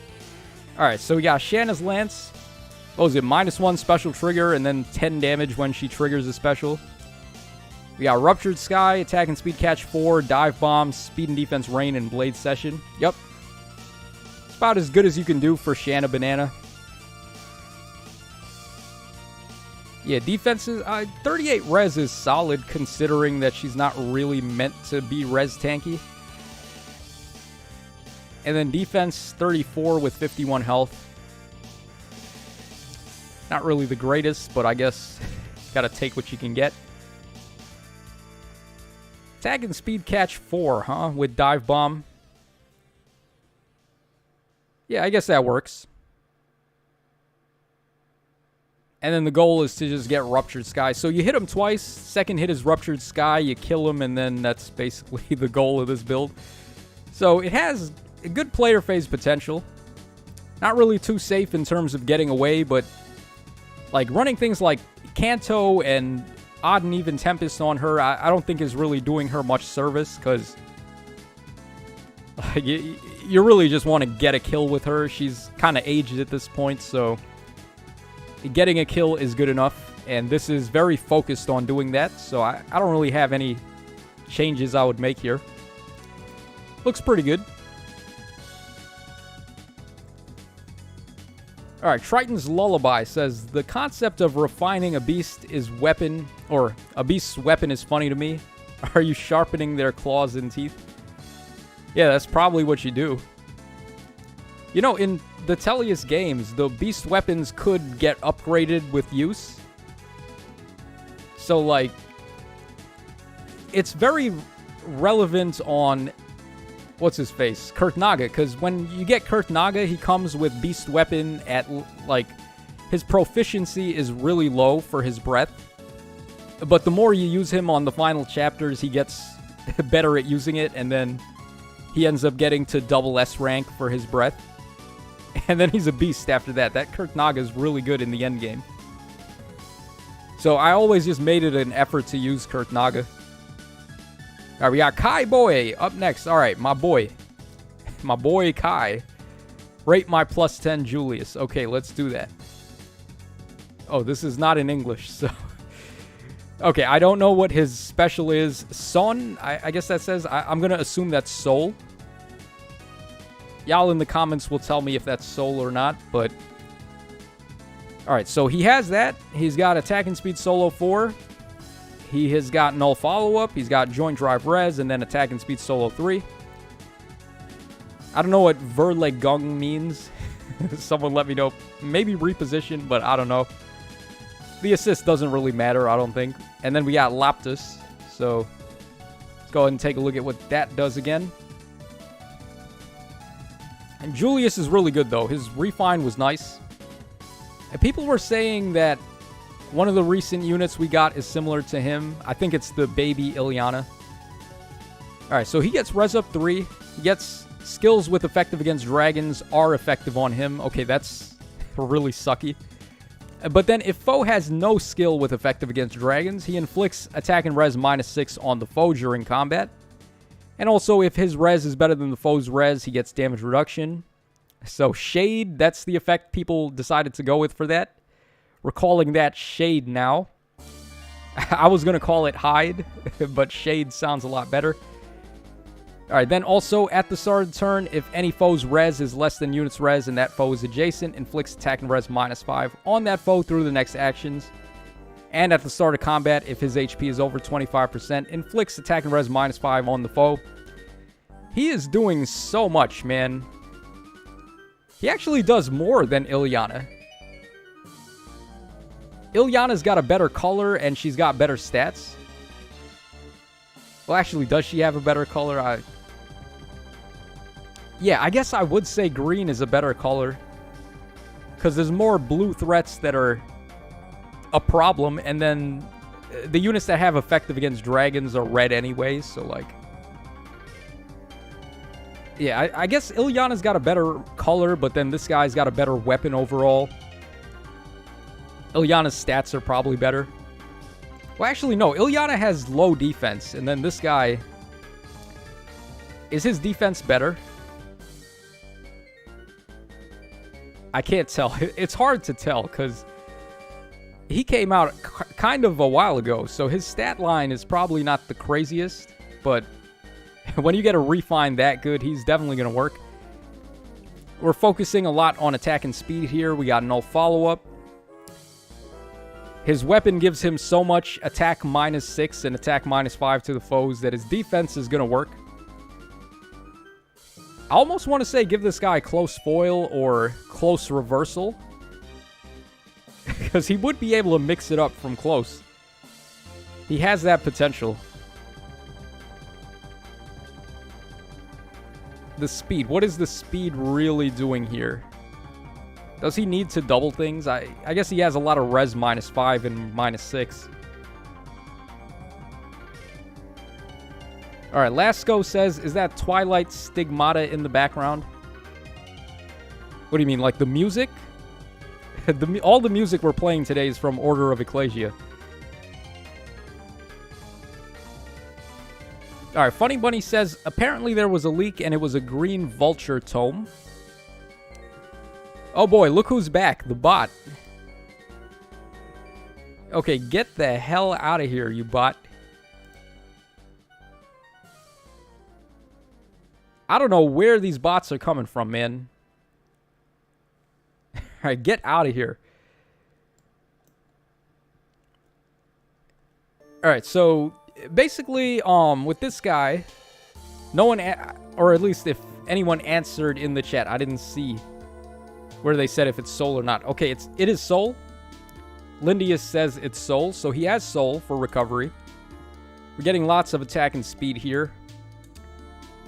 I guess this works. I would personally build him a little bit more tanky than going all in with attack and speed, but this will work. It's more so a matter of, like, preference. Like, how would you play him? Going attack and speed with no follow-up is an option. I'd go, like, close reversal, close foil, or something. And then I'd give him probably similar stuff to that otherwise, but just to get the close counter effect. Not too bad.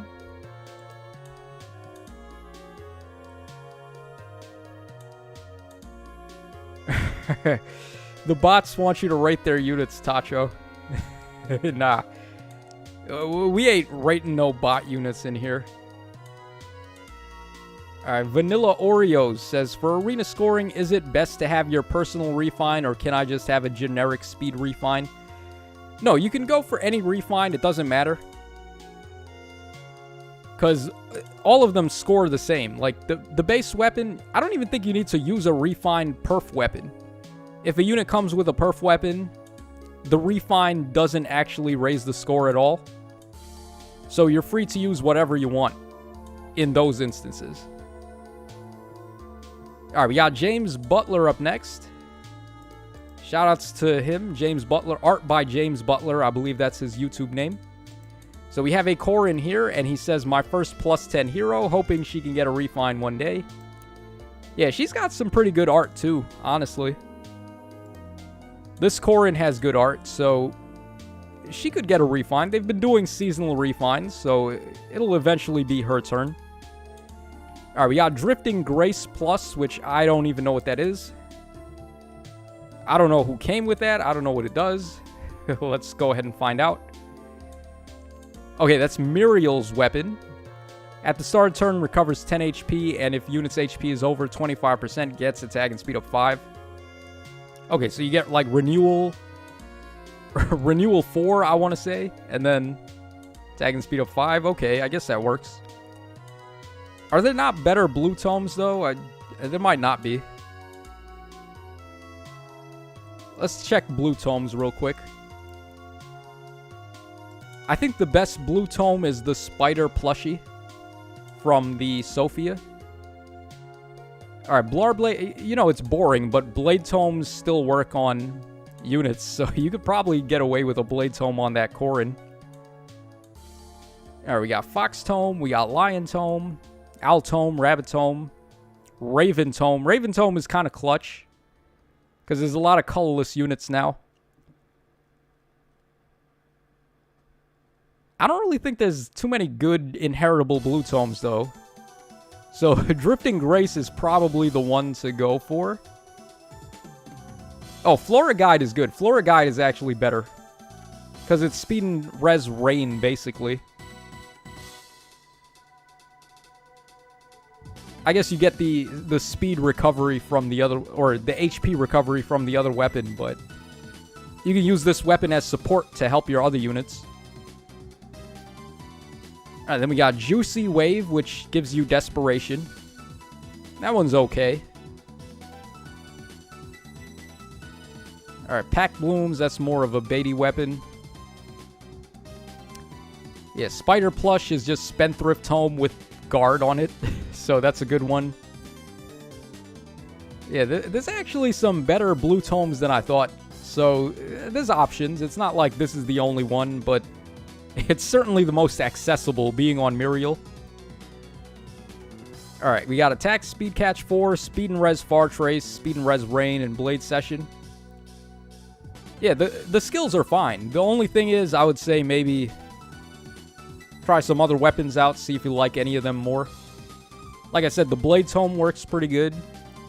And the one that was Speed and Res -5 in 2 spaces, that one's good as well. But pretty good. Pretty nice unit. Alright, Tasty Ham says Spider Plushie is enemy phase only. Yeah, it's more for a baiting unit because it has Guard on it. Alright, Annie Artist says Black Knight could also get an Ascendant alt since there's a cipher art of his armor getting an upgrade. So it's like a sick version of Black Knight 2.0. That's pretty cool. You know, I should look at cipher art more because I only have seen a couple of them. I never really kept up with cipher.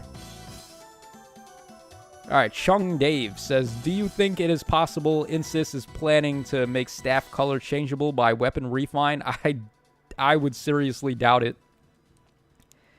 Well, then again, we got colored bows and colored daggers, right? So maybe colored staffs could be a thing. But I don't know, like, that seems like it would just be pointless. Because the staff units, thematically, I think they have to be colorless.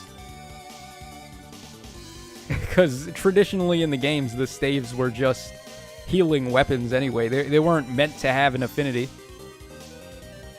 Alright, we got Fried Fly up next. My hard carry when I do a red, legendary, or mythic maps. Alright, we got Fernand up here. Alright, Stout Lance. I believe Stout Lance is Impact Lance, I think. Alright, then we got Reposition, Noontime, Distance Stance, Lull Attack and Defense 3, Attack and Defense Menace, and Quick Repost. I'm going to look up Stout Lance, because the other one that I said was Impact Lance I got wrong. So, let me just make sure. Okay, this is totally not Impact Lance, so I'm just wrong. What is the name of the yeah, isn't that what it is? It's Instant Lance? That's the one with Impact?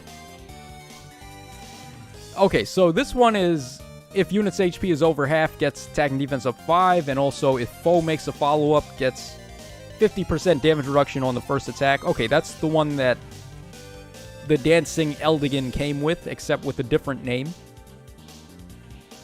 Alright, we got Noontime, Distance Stance, Lull, Attack and Defense Menace, and Quick Repost. Yup. That'll work. You got your damage, or yeah, you got your damage reduction, you got Disencounter, Quick Repost, and getting res up 5 from Distance Stance, so that's nice.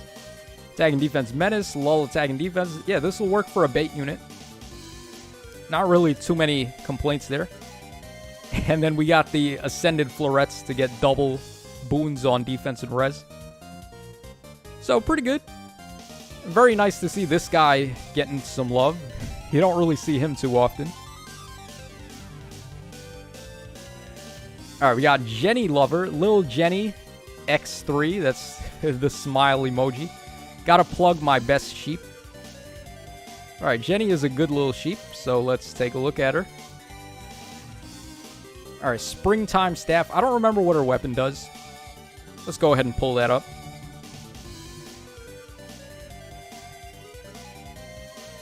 Alright, in the meantime, Nebibag says, hey Tacho, I just got into your stream. Are you going through all of the replies or just picking out your favorites? I'm going to try to do all of them.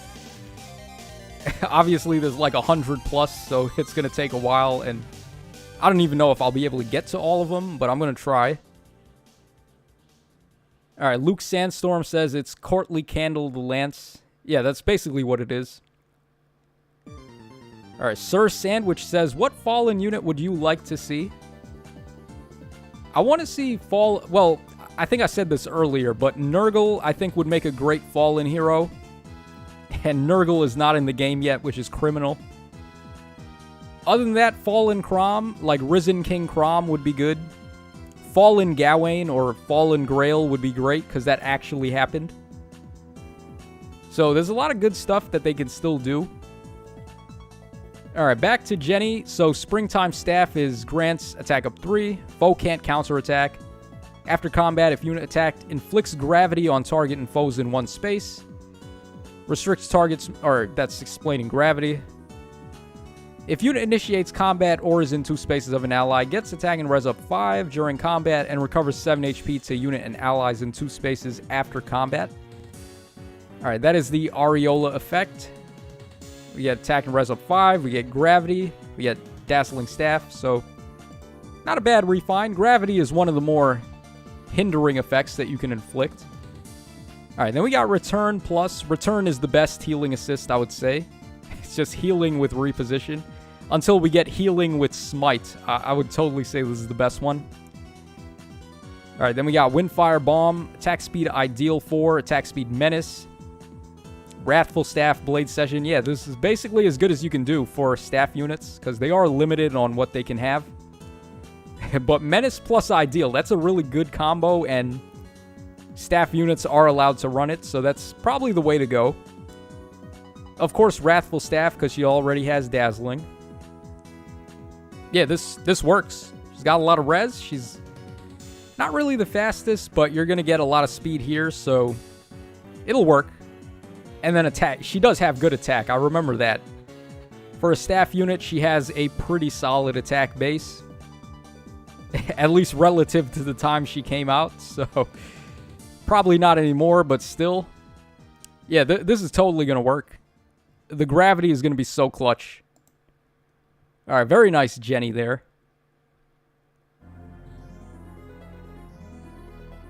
Alright, Ichi says, Fallen Gunther. Okay, I've never played Fates, so I don't know if Gunther actually falls. But could be interesting. Alright, Vopop30 says, I think Veda could be a good introduction to inheritable DC weapons, but she's prime shafting material. Dude, the weapons have gotten so crazy now.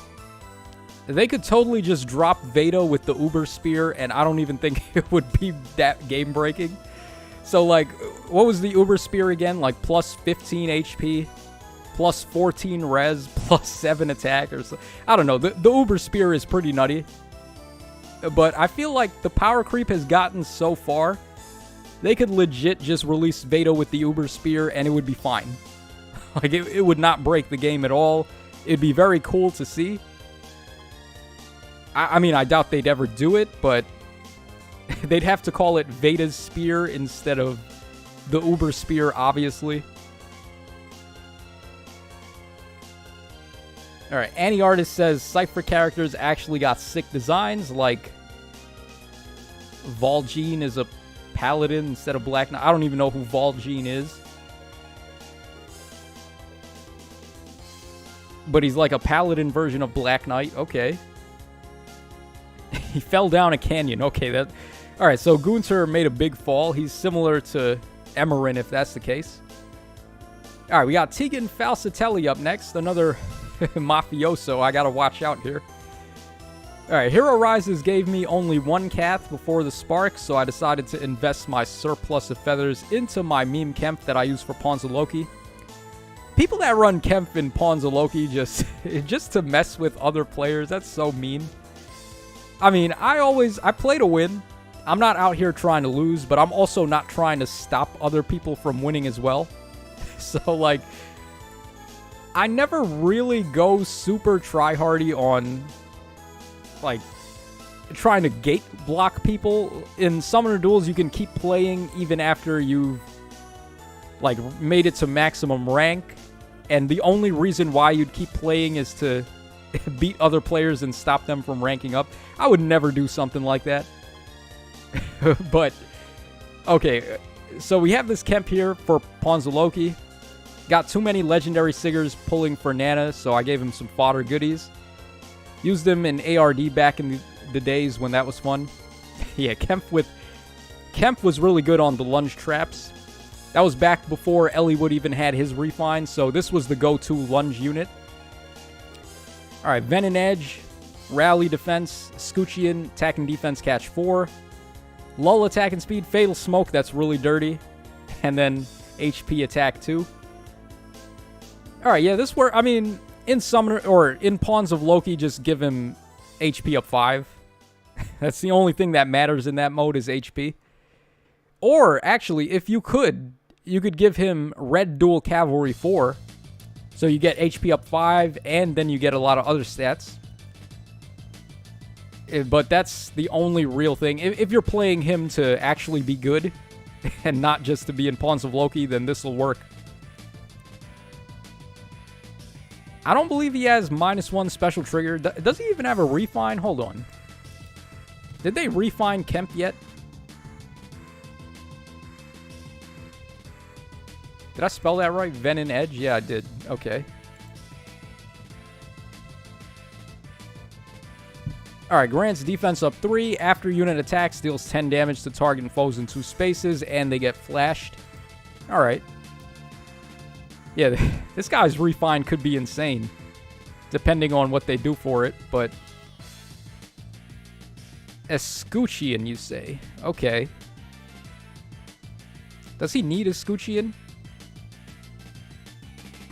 Lull attack and speed, that's going to make him tankier, so that's good. Not really the fastest, 40 base speed, and then he's got attack and defense catch, so he's not really raising speed. But in Pawns of Loki, this is going to kick so much ass. Yeah, relative to Pawns of Loki, this is fine, like I said.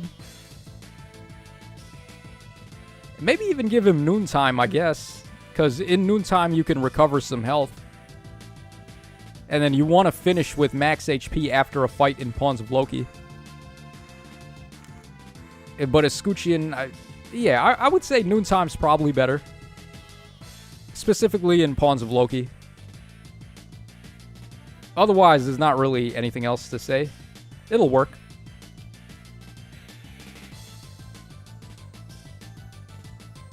Alright, Brian Perez says no refine yet. Yeah. If there was a refine for Kemp, I probably would have memed out the thumbnail with a whole bunch of Bandit Keith memes. So, yeah, he probably didn't get a refine for real. Alright, Luke Sandstorm says, nah, he's down the list a bit, but still. Okay, so his refine's probably not for a while. Vopop, witness my strategy, destroys the player's Pawns of Loki run. Yeah, those units are just so unfun. Fallen Edelgard is such a run ender in Pawns of Loki. Units that have save skills and freaking Bride Catria, because who thought triangle attack was okay in Pawns of Loki? They really did not balance Pawns of Loki in mind with all the busted stuff we ended up getting. Alright, we got Shadow Demon 2012 saying, good evening, Tacho. Hope you like my builds. Have a bunch more to show off in the future if that's okay. Also, someone has claimed that there's a leak regarding the next Fallen banner. Yeah, someone said it was a green Vulture tome. I don't know if they meant as a perf weapon or as an inheritable one. That would be the first time we ever get a non-perf weapon on a Fallen hero, though. At least... Or maybe it could just be from the free unit, though. So, like, maybe the freebie unit has that weapon.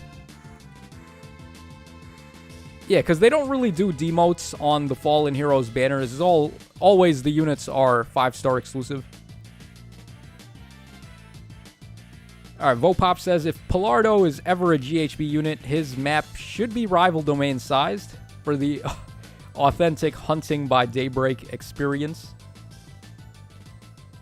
Alright, we got this Darros over here. Darros swabbing the deck like a good old pirate. We got the Rain Axe, okay. Reposition, Soul, Disencounter, Lull, Speed and Defense, Rouse, Attack and Defense 4, and Steady Breath. Plus attack and plus speed on Darros. This man is going to be swabbing the deck at Mach speeds. Funny you should take off Dex Swabber on him, because I actually think that's probably the way you want to play him, is like more attack and defense oriented than attack and speed.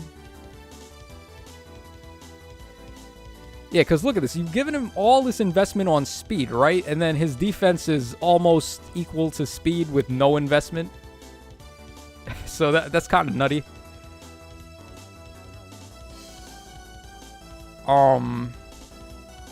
Yeah, Rainax. What stats does Rainax do? Is it speed and defense?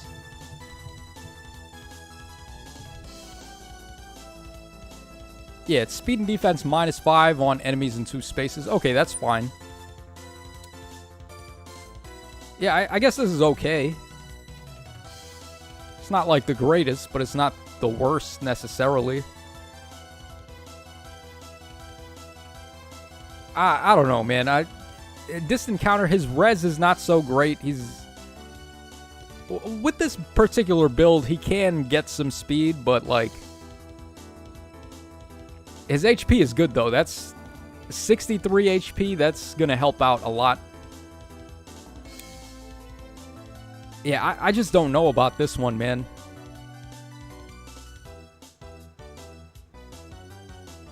Yeah, because like he has no damage reduction. Distant counter, his res is... It's okay, I guess, but like not good enough really to tank the magic threats now. I don't really know if this is going to work. So like Rainax is good. Maybe play him more supporty, like give him a menace skill, give him Rainax, and then have him supported by a far save unit so they can tank res hits for him. And then you be free to get rid of distant counter, give him like more attack and speed skills, maybe attack speed solo 4 or attack speed unity or whatever, anything to raise attack and speed.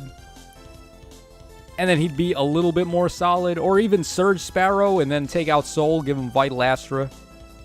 That's a real hot take though, giving Darros Vital Astra. Probably some other units you want to give that to first, unless you really love Darros.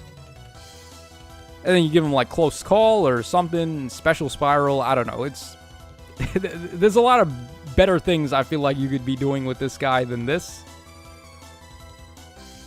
Yeah, because the meta is just way too offensive now. Like, magical threats, you can run distant counter, but he's going to get torn in half by Lysithea and Ninja Corrin and such. I don't really think it's going to work.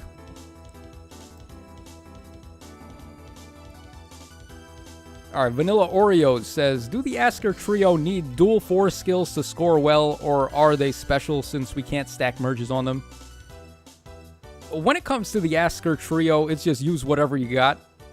Like, you don't need to deck them out, really. In fact, it's probably better to just build up a weekly bonus unit instead of running the Asker units. They're just way too weak to get a bonus kill right now in Arena. I can't imagine getting a single KO with someone like Anna right now in Arena mode. There's nothing she'd be able to kill. And then they tank your score. They don't really score good at all.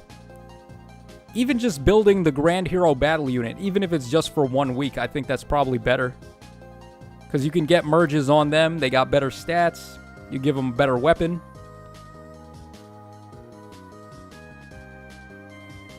Alright, Sir Sandwich says, wasn't there a controversy over no 4-star Fallen like 2 years ago? Yeah, there was, because remember they made that announcement where they said every banner was going to have a demote? And then the Fallen banner came out and there was no demote. So they kind of bit themselves in the foot with that. But I think it's kind of a given at this point that the Fallen banners don't have demotes. Alright, moving on to Emmy Supers. My AR Assassin and my main support on Arena. Been thinking of giving Annette another rally since attack support is in the C skill. Alright, so we got a Ophelia there, Resplendent Ophelia. Her artwork is pretty nice, it's just that it doesn't really look that much different from her original art. And then we have Annette. Okay. We looked at an Annette already today, so let's look at Ophelia. Alright, so we got Mistletoe, we got Reposition, Blazing Wind, Life and Death 4, Special Spiral, Pulse Smoke, and Life and Death 3. That's basically the classic Ophelia build. Yeah, Blazing Special plus Spiral. Just spam the hell out of that with Life and Death to get visible attack. Yeah, that works. Perfect. I wonder what they're going to do for her refine, right? Because she's coming up on a refine, presumably. We just got Yilger's refine, so Ophelia can't be too far behind. I wonder what they're going to do for that. This could be a nutty one. Ophelia is still a really good unit even today, despite being so old. Alright, we got Denzel the Assassin, sending in 2 almost done merging Shamir. Alright, so we have a... Wow, you don't see that anymore at all. OG female Robin, and then we have Ninja Shamir. We're looking at this Robin here. Because I don't see Robin anymore at all. I never even saw Robin back when she was a new unit. So, alright, we got Plegian Torch, Rally Attack and Speed, Ruptured Sky, Attack and Speed Ideal 4, Lull Speed and Res, Attack and Res Menace, and Attack and Speed Solo 3. Then we got plus attack and plus speed. That's probably about as good as it gets. See, I don't think this Robin has a perf weapon, so... Or does she? Does she have a perf weapon? Did they ever give a refine to this Robin? I feel like they didn't, so I don't want to comment there, but... Plegian is the way to go. Attack speed ideal. We got a couple of attack speed skills. Lull, speed, and res. Attack, res, menace. Yeah, so I guess this works. Her bulk is going to be okay with the Plegian effect with attack, res, menace. And then she's going to hit relatively hard, but her attack is not the best. So, yeah, the base Robins, this Robin and the OG male Robin, they don't really have good attack. So, yeah, she's going to hit like a feather, but with all of these skills taken into account, I would imagine she could at least get a one-shot on something. So, yeah, there's not really much I can comment on to make this better. This looks about as good as you can do for this Robin. Alright, very nice to see that unit of all units built up. Alright, Jackdopper says she does. In reference to who? Okay, Ichi says same artist drew Resplendent Ophelia, but you can definitely see the artist leveled up a bit. I guess maybe a little. It's slightly better. The colors are a little bit better, I think. But I do like the OG Ophelia art, too. Ophelia just looks really cute in her original art. Her original design was fine.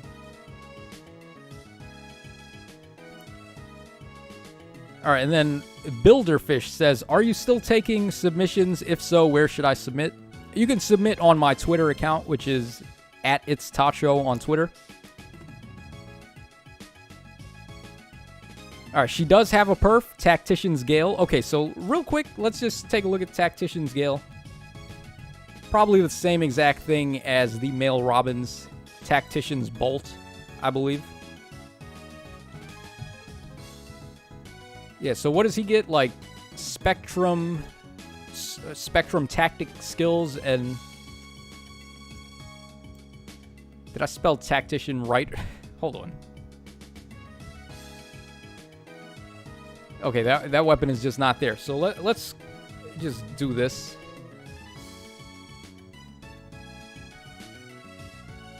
Alright, we have Tactical Bolt. Oh, it's Tactical Gale, not Tactician's Gale. So Vopop actually gave me the wrong info there. Alright, so yeah, he gets, or she gets, color advantage on colorless enemies. And then at the start of the turn, we get that Spectrum Tactic skill to +4 to all stats. Alright, that's okay, I guess. Plegian Torch is low-key kind of better. So that's still the best weapon to go for. Alright, we got Edril Chris up next. Here is him. Don't have any trait fruits, but it should be plus attack if I changed it. Okay, Shiro, you really don't see this guy at all. I think he's Ryoma's son. I don't know too much about Fates, but I believe he is supposed to be Ryoma's son.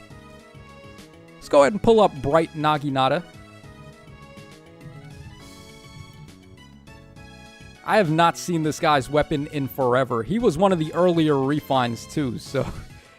Okay, let's see what we got here. If foe initiates combat, gets attack and defense up 4 during combat. Units in 2 spaces of an ally gets attack and defense up 5, and nullifies penalties during combat. Alright, so it's, what is this, slightly better Carrot Cudgel? Okay. Not really the greatest. I was hoping to see some true damage on there, because I know Tsubaki got some true damage on his Naginata. So that would have been really nice for Shiro, but whatever. Alright, we got Luna, Sturdy Stance 3, Quick Repost 3, Times Pulse, and Steady Breath. So we got Guard and Special Ramp. Unfortunately, Tempo just shuts this build down pretty badly. Alright, Quick Repost, Times Pulse. Yeah, I guess it makes sense, but like... This build makes a lot of sense. It's just that the power creep skills right now... Everything is going to have null follow-up and probably tempo also. So you're going to have to watch out. But on physical defense, he looks pretty good. Just support him with a far save tank to deal with magic, and he should be okay. Yeah, that's basically it. Just pair him up with a far save unit. And watch out for dragons, I guess. Dragons will be a problem for him. But otherwise, it should be okay. Again, though, like I said, the meta is just catching up to him.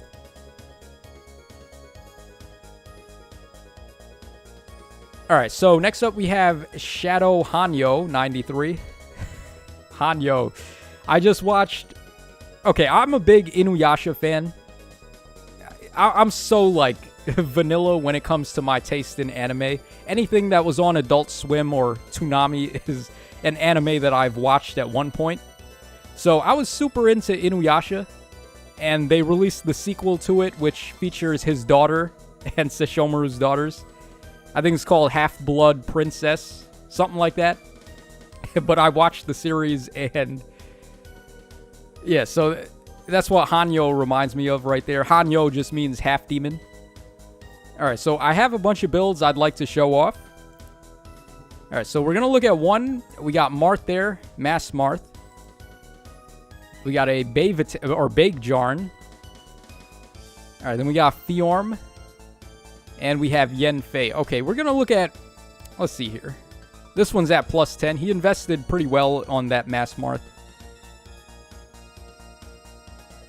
Oh, interesting. Wyvern Flight on Leigjarn. Alright, boring refine for her. She's just boring. Alright, then Yenfei, who everybody and their mama built. I think I want to look at the Masked Marth here. We could look at Leigjarn too. Leigjarn's a little bit tougher to come by, being 5-star locked, but this Masked Marth seems to have more investment, so we'll take a look at this. Alright, so Sealed Falchion, very good weapon. We got Soul, Disencounter, Spurn 3, Pulse Smoke 3, Speed and Res Solo 3. Oh man, that's a real flashback to the old days. Remember when this was enough to win in Aether Raids? Like, this was all you had to do? Just pick a fast sword unit, give him DC, give him Spurn, give him Pulse Smoke, Speed and Res Solo. This is the exact thing I've done on my Ike. Like, Resplendent Ike, I would run builds like this. Oh man, how far times have come. But yeah, this works. It's probably not too shabby in Summoner Duels either. You could probably still get away with this in there. So a real blast to the past with that build.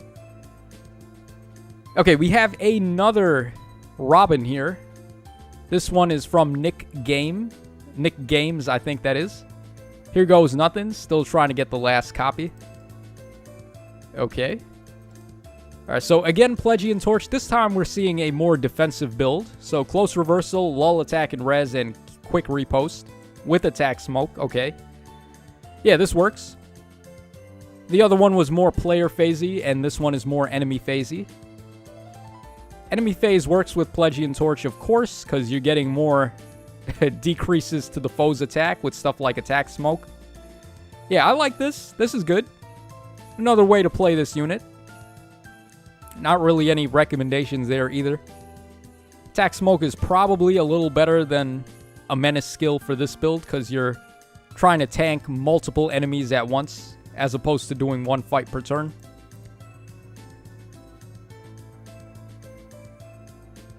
Alright, Shadow Demon says, hey, that's me. Alright, Chemo Cyrus says, more investment on a unit that only has a weapon. And Trey Terror says, I don't like defensive Yanfei. Yeah, I feel like Yanfei, you should probably go a little more aggressive with him. And Annie Artist says, I don't watch modern anime or overrated anime. I watch underrated gem anime that's popular in Japan. Yeah, I can't really call Half-Blood Princess an underrated gem. It was just a... Honestly, it was just a fan service-y cash grab to Inuyasha fans. But there was a pretty good payoff in it in the second season when Inuyasha meets his daughter for the first time.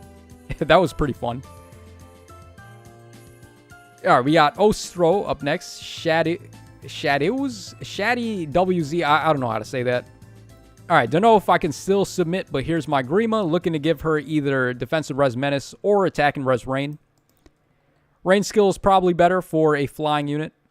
Just got more versatility to him. Alright, so Moonless Breath, Reposition, Glimmer, Dragon Scale, Dragon Wall, Threaten Attack 3, Quick Repost. Yeah, so basically, like you said, just go for Attack Res, Rain, or the Menace. Probably the Rain is better, because flying units make better use of Rain. They're the only ones that can have Rain in the first place, so... Probably best to just give them that. Otherwise, this will work.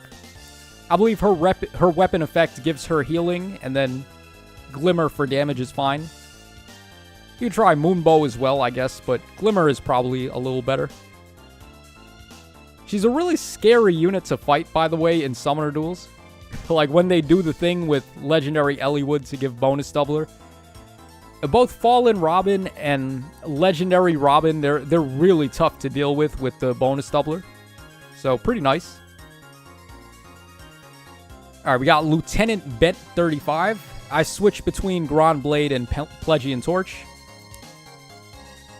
Alright, we got a Formasold Sylvain with Grand Blade or Plegian Torch. Ruptured Sky, Attack and Speed Solo 4, Speed and Res Far Trace. Rouse, Attack and Speed 4, and then Attack and Defense Solo 3. Alright, for Grand Blade, this is perfect. You got the Rouse skill to get the Attack and Speed and Nullify Panic, which is very good. You got the Trace skill, perfect. Solo skills, perfect. This is exactly what you want, basically. If you're going to run the Plegian Torch, then probably go for a Menace skill instead. But otherwise, this is as good as it gets. Pretty good. Alright, we got Joshua Bitar up next. Shoutouts to him. One of the OGs that used to show up to the live streams all the time. Alright, well, I'm late, but here it is. Alright, so we got Wallheart here, the Conqueror. Wallheart with that nutty refine. Alright, so Wolfberg, Reposition, Ruptured Sky, Attack and Speed Catch 4, Speed and Defense Near Trace, Pulse Smoke, and Blade Session. Yeah, that's basically as good as it gets. The other option is to go all in with attack and defense on him, but the speed really helps so he can double attack the foes. Yeah, this is pretty good. You want the Trace skill, obviously, for Kanto. Pulse Smoke messes with people, so yeah, this is basically as good as it gets. Gonna work out in a lot of modes. Alright, Tasty Ham says... I only watch underrated anime in quotation marks. Vopop says, Isekai is a really underexplored genre. I wish they made more. I think the Princess Half-Demon show that I'm talking about is sort of like an Isekai where the main character gets teleported to another world. That's sort of what Inuyasha is, because there's the modern era and the feudal era. Alright, so moving on, we got Flaming Scion 17. Here is my maxed out Core Mag. Okay. Alright, so Core Mag, we got here Unbound Lance. I believe that's the same effect as the Flowing Lance, so you get the... whatchamacallit, you get the lull effect from that. Let me just double check. I've been wrong about like every single weapon today, so let's see. Alright, if unit's not adjacent, inflicts attack or attacking defense -5 and nullifies bonuses to attacking defense. Okay. So finally, I got one right. Alright, then we got Bonfire, attacking speed solo 4, attacking defense near trace, attacking defense rain, speed and defense solo. Plus attack and plus speed for the Ivies. Yeah, this is fine. Not really anything to comment on here. It'll work. Got a lot of attack and defense. Got the trace skill, of course. Just support him with, like, someone with far saves so he doesn't have to worry about bows and magic. And that's basically all there is to it. Pretty good. You could probably try also Flow Flight on him. He has speed and he has defense. You could probably make it work, but of course, hard to argue with Kanto. Alright, we got Alucard up next. I wonder if that's a fancy spelling of Alucard. My Speedy Flame, who I am so proud of. Please be nice. Okay. I feel like I've been pretty nice. I try not to, like, go too hard on units. I try, like, when I see builds and I see if I can grasp the concept the unit is going for, I try to just suggest changes that are still keeping to the theme. But sometimes it's just unsalvageable, I have to say. Like what we saw on that Darros earlier. Alright, but we have, of course, Flame with her staff. Very good support unit. We got Rescue, Miracle, Attack Speed Unity, Dazzling Staff 3, Attack Speed Menace, and Attack and Speed Form 3. Pretty good. I mean, she just needs to stand there menacingly with her support. The Menace skill is a pretty clutch skill for her. You could also go for range skills on her, so that she's a little bit better in save balls. Like attack in Res Rain, or maybe defense in Res Rain even, because that way your far save units, if they're physical and magic, they can both gain something. But attack and speed, you're debuffing them and raising her own attack and speed. Then she can player phase herself. She's not really the fastest, but she does have Dazzling Staff and Wrathful Staff, so you can get some spot KOs with her. Pretty good build, not really too much else to say. Rain is my only suggestion, but the Menace works as well. Alright, Funny Bunny says, I watched Princess Half Demon. Yeah, it was kind of like just... It was just there for fan service. It wasn't really that big of a deal. I wouldn't recommend it to anyone if you're not a fan of Inuyasha.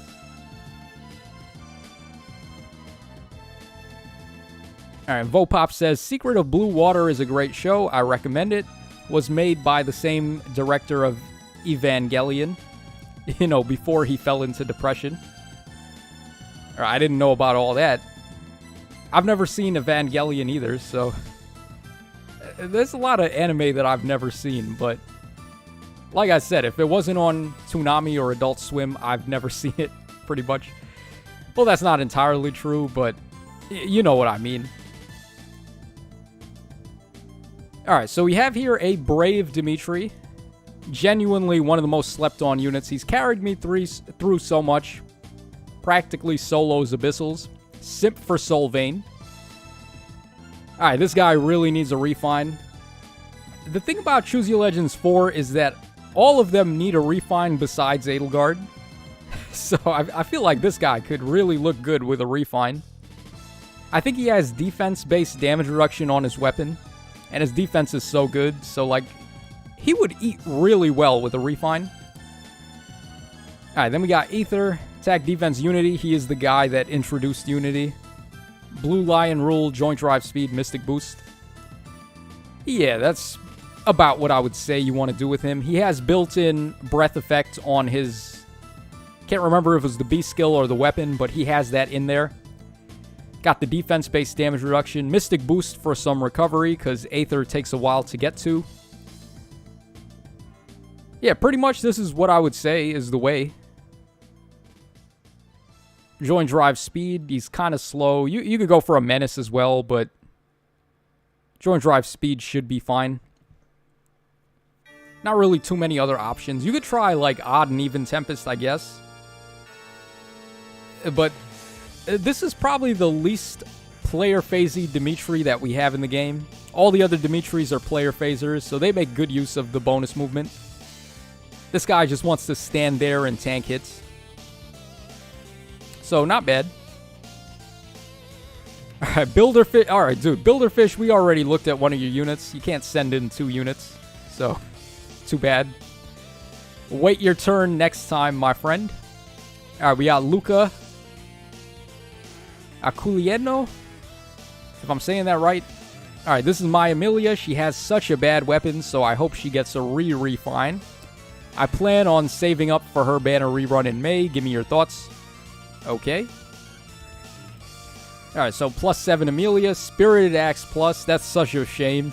Can't even run her own weapon anymore. Alright, Spirited Axe was the one that grants the breath ramp, I think. It's like attack and defense up 5, and then if the foe attacks you, you get +1 special charge. Alright, then we got Ether, Distant Stance, Crafty Fighter, AR, Far Save, and Distant Defense 3. Yeah, this works. Ramping up to Ether. It's kind of a shame you can't even run her own weapon. Hold on, let's see what it does. I don't remember it being that bad. Let's see here. Grotto Poleaxe. -1 special trigger. If a bonus is granted by a skill like Rally or Hone, or extra movement is granted, gets attack and, or speed and defense up 5. Yeah, that's not too great anymore. You honestly get more out of Spirited Axe, to be honest. That's such a shame. Alright, well, it is what it is. Yeah, this is about as good as you can do, I guess. You got Guard, you got Special Ramp, you got Ether. +5 res with this encounter. Far Save, Distant Defense.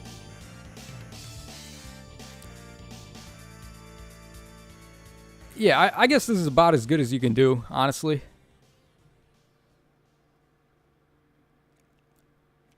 For the Sacred Seal, maybe you could go with a Bond skill, because she has Far Save, but... Yeah, this is about what you have to do, I think. That's so sad. We've gotten to the point where we need refines for refines already. Alright, that sucks. Okay, we got SE or Say Logic. Not sure if I'm saying that right. Boop. Okay. Alright, here is a Summer Fiora. Don't really see her too much. Alright, so Ninja Katana.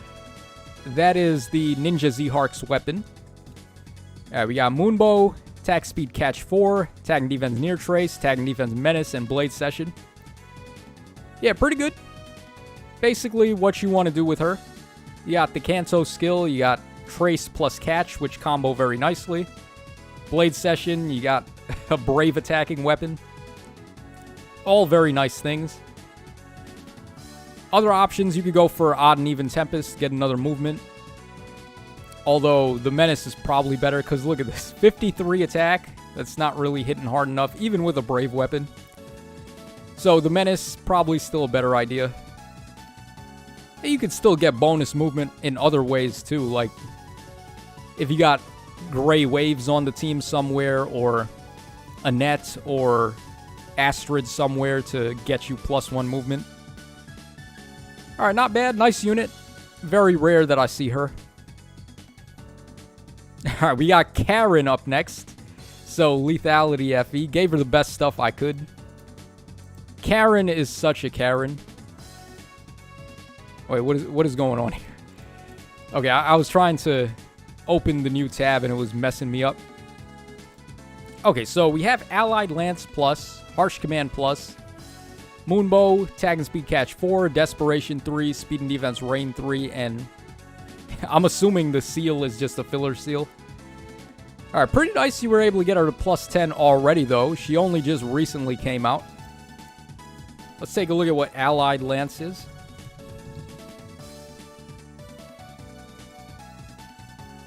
Alright, so Allied Lance grants attack and defense up 4 to allies in 2 spaces during combat, and if units in 2 spaces, gets attack and defense up 4 to herself. Okay. So it's joint drive attack and joint drive defense in a weapon. Probably not what you want on this type of unit, though. We got Desperation and Attack and Speed Catch. We're trying to go, like, player phasey with this. And Speed and Defense Rain as well. I'd probably go for something better. The Ninja Naginata we got from Ninja Corrin is really great. That's a nice player phase weapon. You could also combo that with Dive Bomb instead of Desperation.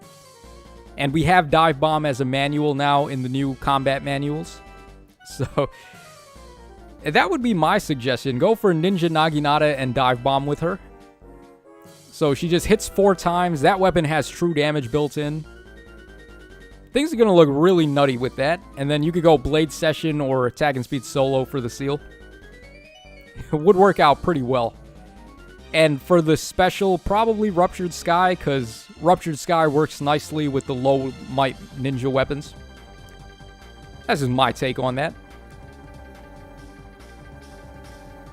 Alright, it's getting a little bit late. It's almost 10 o'clock in my time, so how many more? We got a lot more, man. Okay, so we'll get up to Baby Soren and we'll call it there, because I have to wake up early tomorrow. I have work.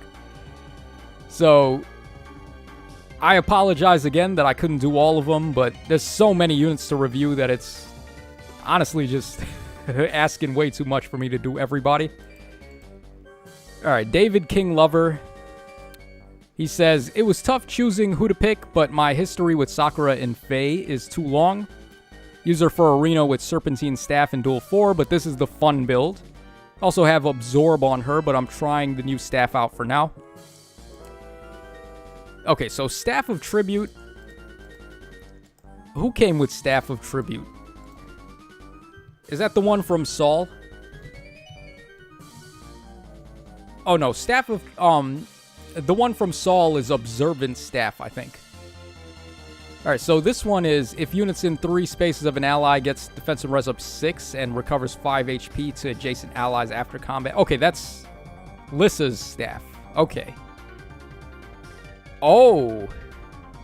Look at this. Okay, we have Miracle, we got Close Reversal, we got Null Follow-Up, Joint Drive Defense, and Attack and Speed Form 3. Okay, that's interesting. Check out her defenses, man. Sakura with 38 defense. You would not expect her to have decent defense. Close Reversal is going to help with that. Staff of Tribute's going to help with that. Joint Drive Defense is going to help with that. Wow. Okay, this is very tanky. I would probably say go Mystic Boost instead of Attack and Speed Form. And the reason why is so you can just keep on recovering HP and using Miracle. If you have support to get her a ramp effect, this is going to be actually kind of nutty. So, like, Duo Hilda is an example, or Thor is also an example. You can get special cooldown charging on her. The quicker you get to Miracle, the more effective this is going to be, I think. So, maybe just some food for thought, but very, very interesting. 50 attack. Oh my god, 50 attack.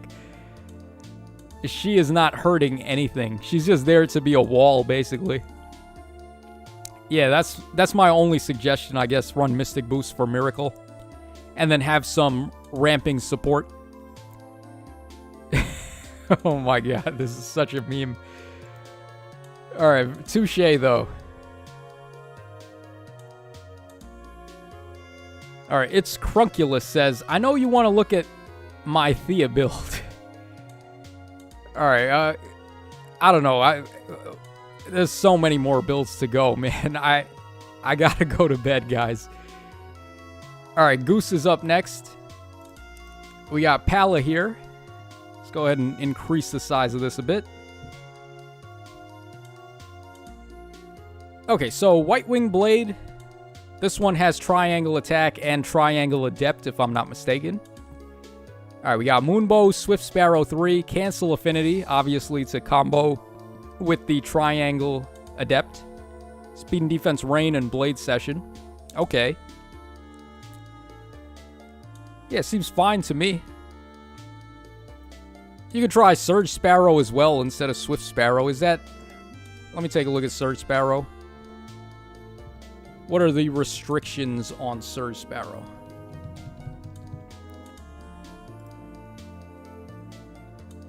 Okay, so basically, range units can't have it. So you could run Surge Sparrow on this Pala. Triangle Attack is a little too good to give up. But then you also come with T-Adept, which is kind of sucky. Don't really have a choice, though.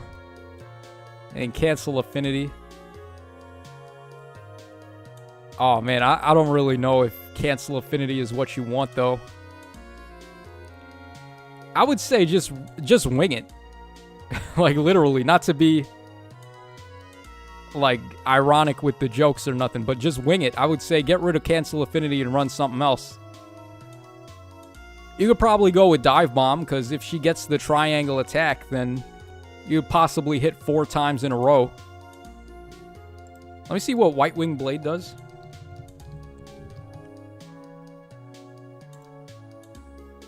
Alright, so it's Triangle Adept, and then Triangle Attack and all stats up 3. Yeah, so basically just go for Dive Bomb, I guess. That's probably a better idea. And then Surge Sparrow, probably. Surge Sparrow and Dive Bomb work pretty well because you get the recovery. And then for the special, Moonbow is fine. Yeah, Moonbow is fine. You could try Ruptured Sky, I guess, but no real reason to. That's basically all I can say, man. Just because Cancel Affinity is so wonky. Even when your weapon has Triangle Attack, it's probably better to do something else. Alright, Goose says, I actually run Attack and Speed form now, but this screenshot is right from when I plus Tender. Oh, so I'm assuming that's probably for the Seal? Because you wouldn't really want to have that as the ace skill. Either way, go for Surge Sparrow. Alright, we have this guy. You know, we never even got to look at the unit in the thumbnail. There was this really funny Travant build that was a speedy Travant. So we're going to look at that, but we're also going to look at this one, and that's going to be the end of the video. Because I really got to go to bed, guys. Alright, so we have Sorin, the baby Sorin. This guy's really good. He's basically just Colorless Tome infantry version of Duolith. Although he's not quite as good as Duolith because he's infantry, but he's almost there. Alright, his weapon's great. We got Iceberg, Mirror Impact, Lull, Attack and Res, Menace, and Mystic Boost.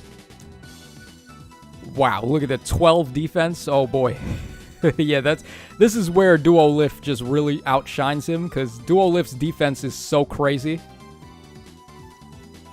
I've seen Brave Dimitri's unable to get rid of Duolith on the player phase. And Legendary Dimitri too, because you just stack so much HP on him with Blessings and Aether Raids. And his defense is so crazy, it gets really tough to get rid of him. But Sorin is just a glass cannon, pretty much. I think what you want to do with Sorin is nuke the enemies with Iceberg. And then use his 50% damage reduction cut effect to do more damage. So I would keep Times Pulse. Probably have Infantry Pulse support somewhere nearby. His HP is bad, so easy to get cooldown reduction. And then go for Attack Res solo. And that's pretty much what I would do here. And just try to nuke people with Iceberg, and that's about it. Because Lull, Attack, and Res is nice if you're trying to tank, but this guy is not tanking anything with tall defense. I mean, on Res, sure, he'll be okay against Res units, but not everything is going to be a Res unit. So you do want to, if your defense is that bad, try to be a nuke instead of a tank. Okay, so we're going to look for that Travant, and then we're going to call it a day. RIP all of these people that we're not going to be able to look at, but we got so many units, man. All right, so here he is, Man of Maple, the true king. So we got here this very interesting Travant build, to say the least. Okay, so Ninja Naginata, we got Reposition, we got Gale Force, Heavy Blade 4, Dive Bomb 3, Tag and Speed Menace, and Life and Death 3. You probably don't want Life and Death if you're going to run this weapon, because it tanks your defense already. And there's not really a reason for him to have visible attack here. Like, Heavy Blade checks for in-combat buffs as well, so drive buffs would work. So you could go for Blade Session or Tag and Speed solo. And then Dive Bomb with the ninja weapon is really nutty. Heavy Blade 4 gives you a lot of true damage, too. This guy he actually kind of pulls this off, to be honest, because he's got good defense. His speed is, believe it or not, he has a super boon on speed. So 44 speed is not the craziest, but you're going to be able to make it work with the Menace skill and then Blade Session and this ninja weapon. And then with attack, like the attack boon is nice as well. Yeah, this seems like what you got to do here. So much true damage, though. His weapon and Heavy Blade 4 has true damage. Dive Bomb, he hits 4 times if he has more speed. It looks like a meme, but it's actually kind of real, if you think about it. So a very, very lovely build there for Travant. I just changed the seal, basically. That's all I can say. So shoutouts to Man of Maple for that. And we're going to call it there, guys. So, I mean, we went for quite a while there. That was like 3 hours or something. But like I said, I have to go to bed, guys. I have work in the morning. So this is your boy Tacho signing out. Thanks so much for everyone stopping by. I will try to do a Google Drive next time, so more of the people that don't have Twitter will be able to submit units. So, again, take care. Thanks for hanging out. And I will catch y'all again on the flip side.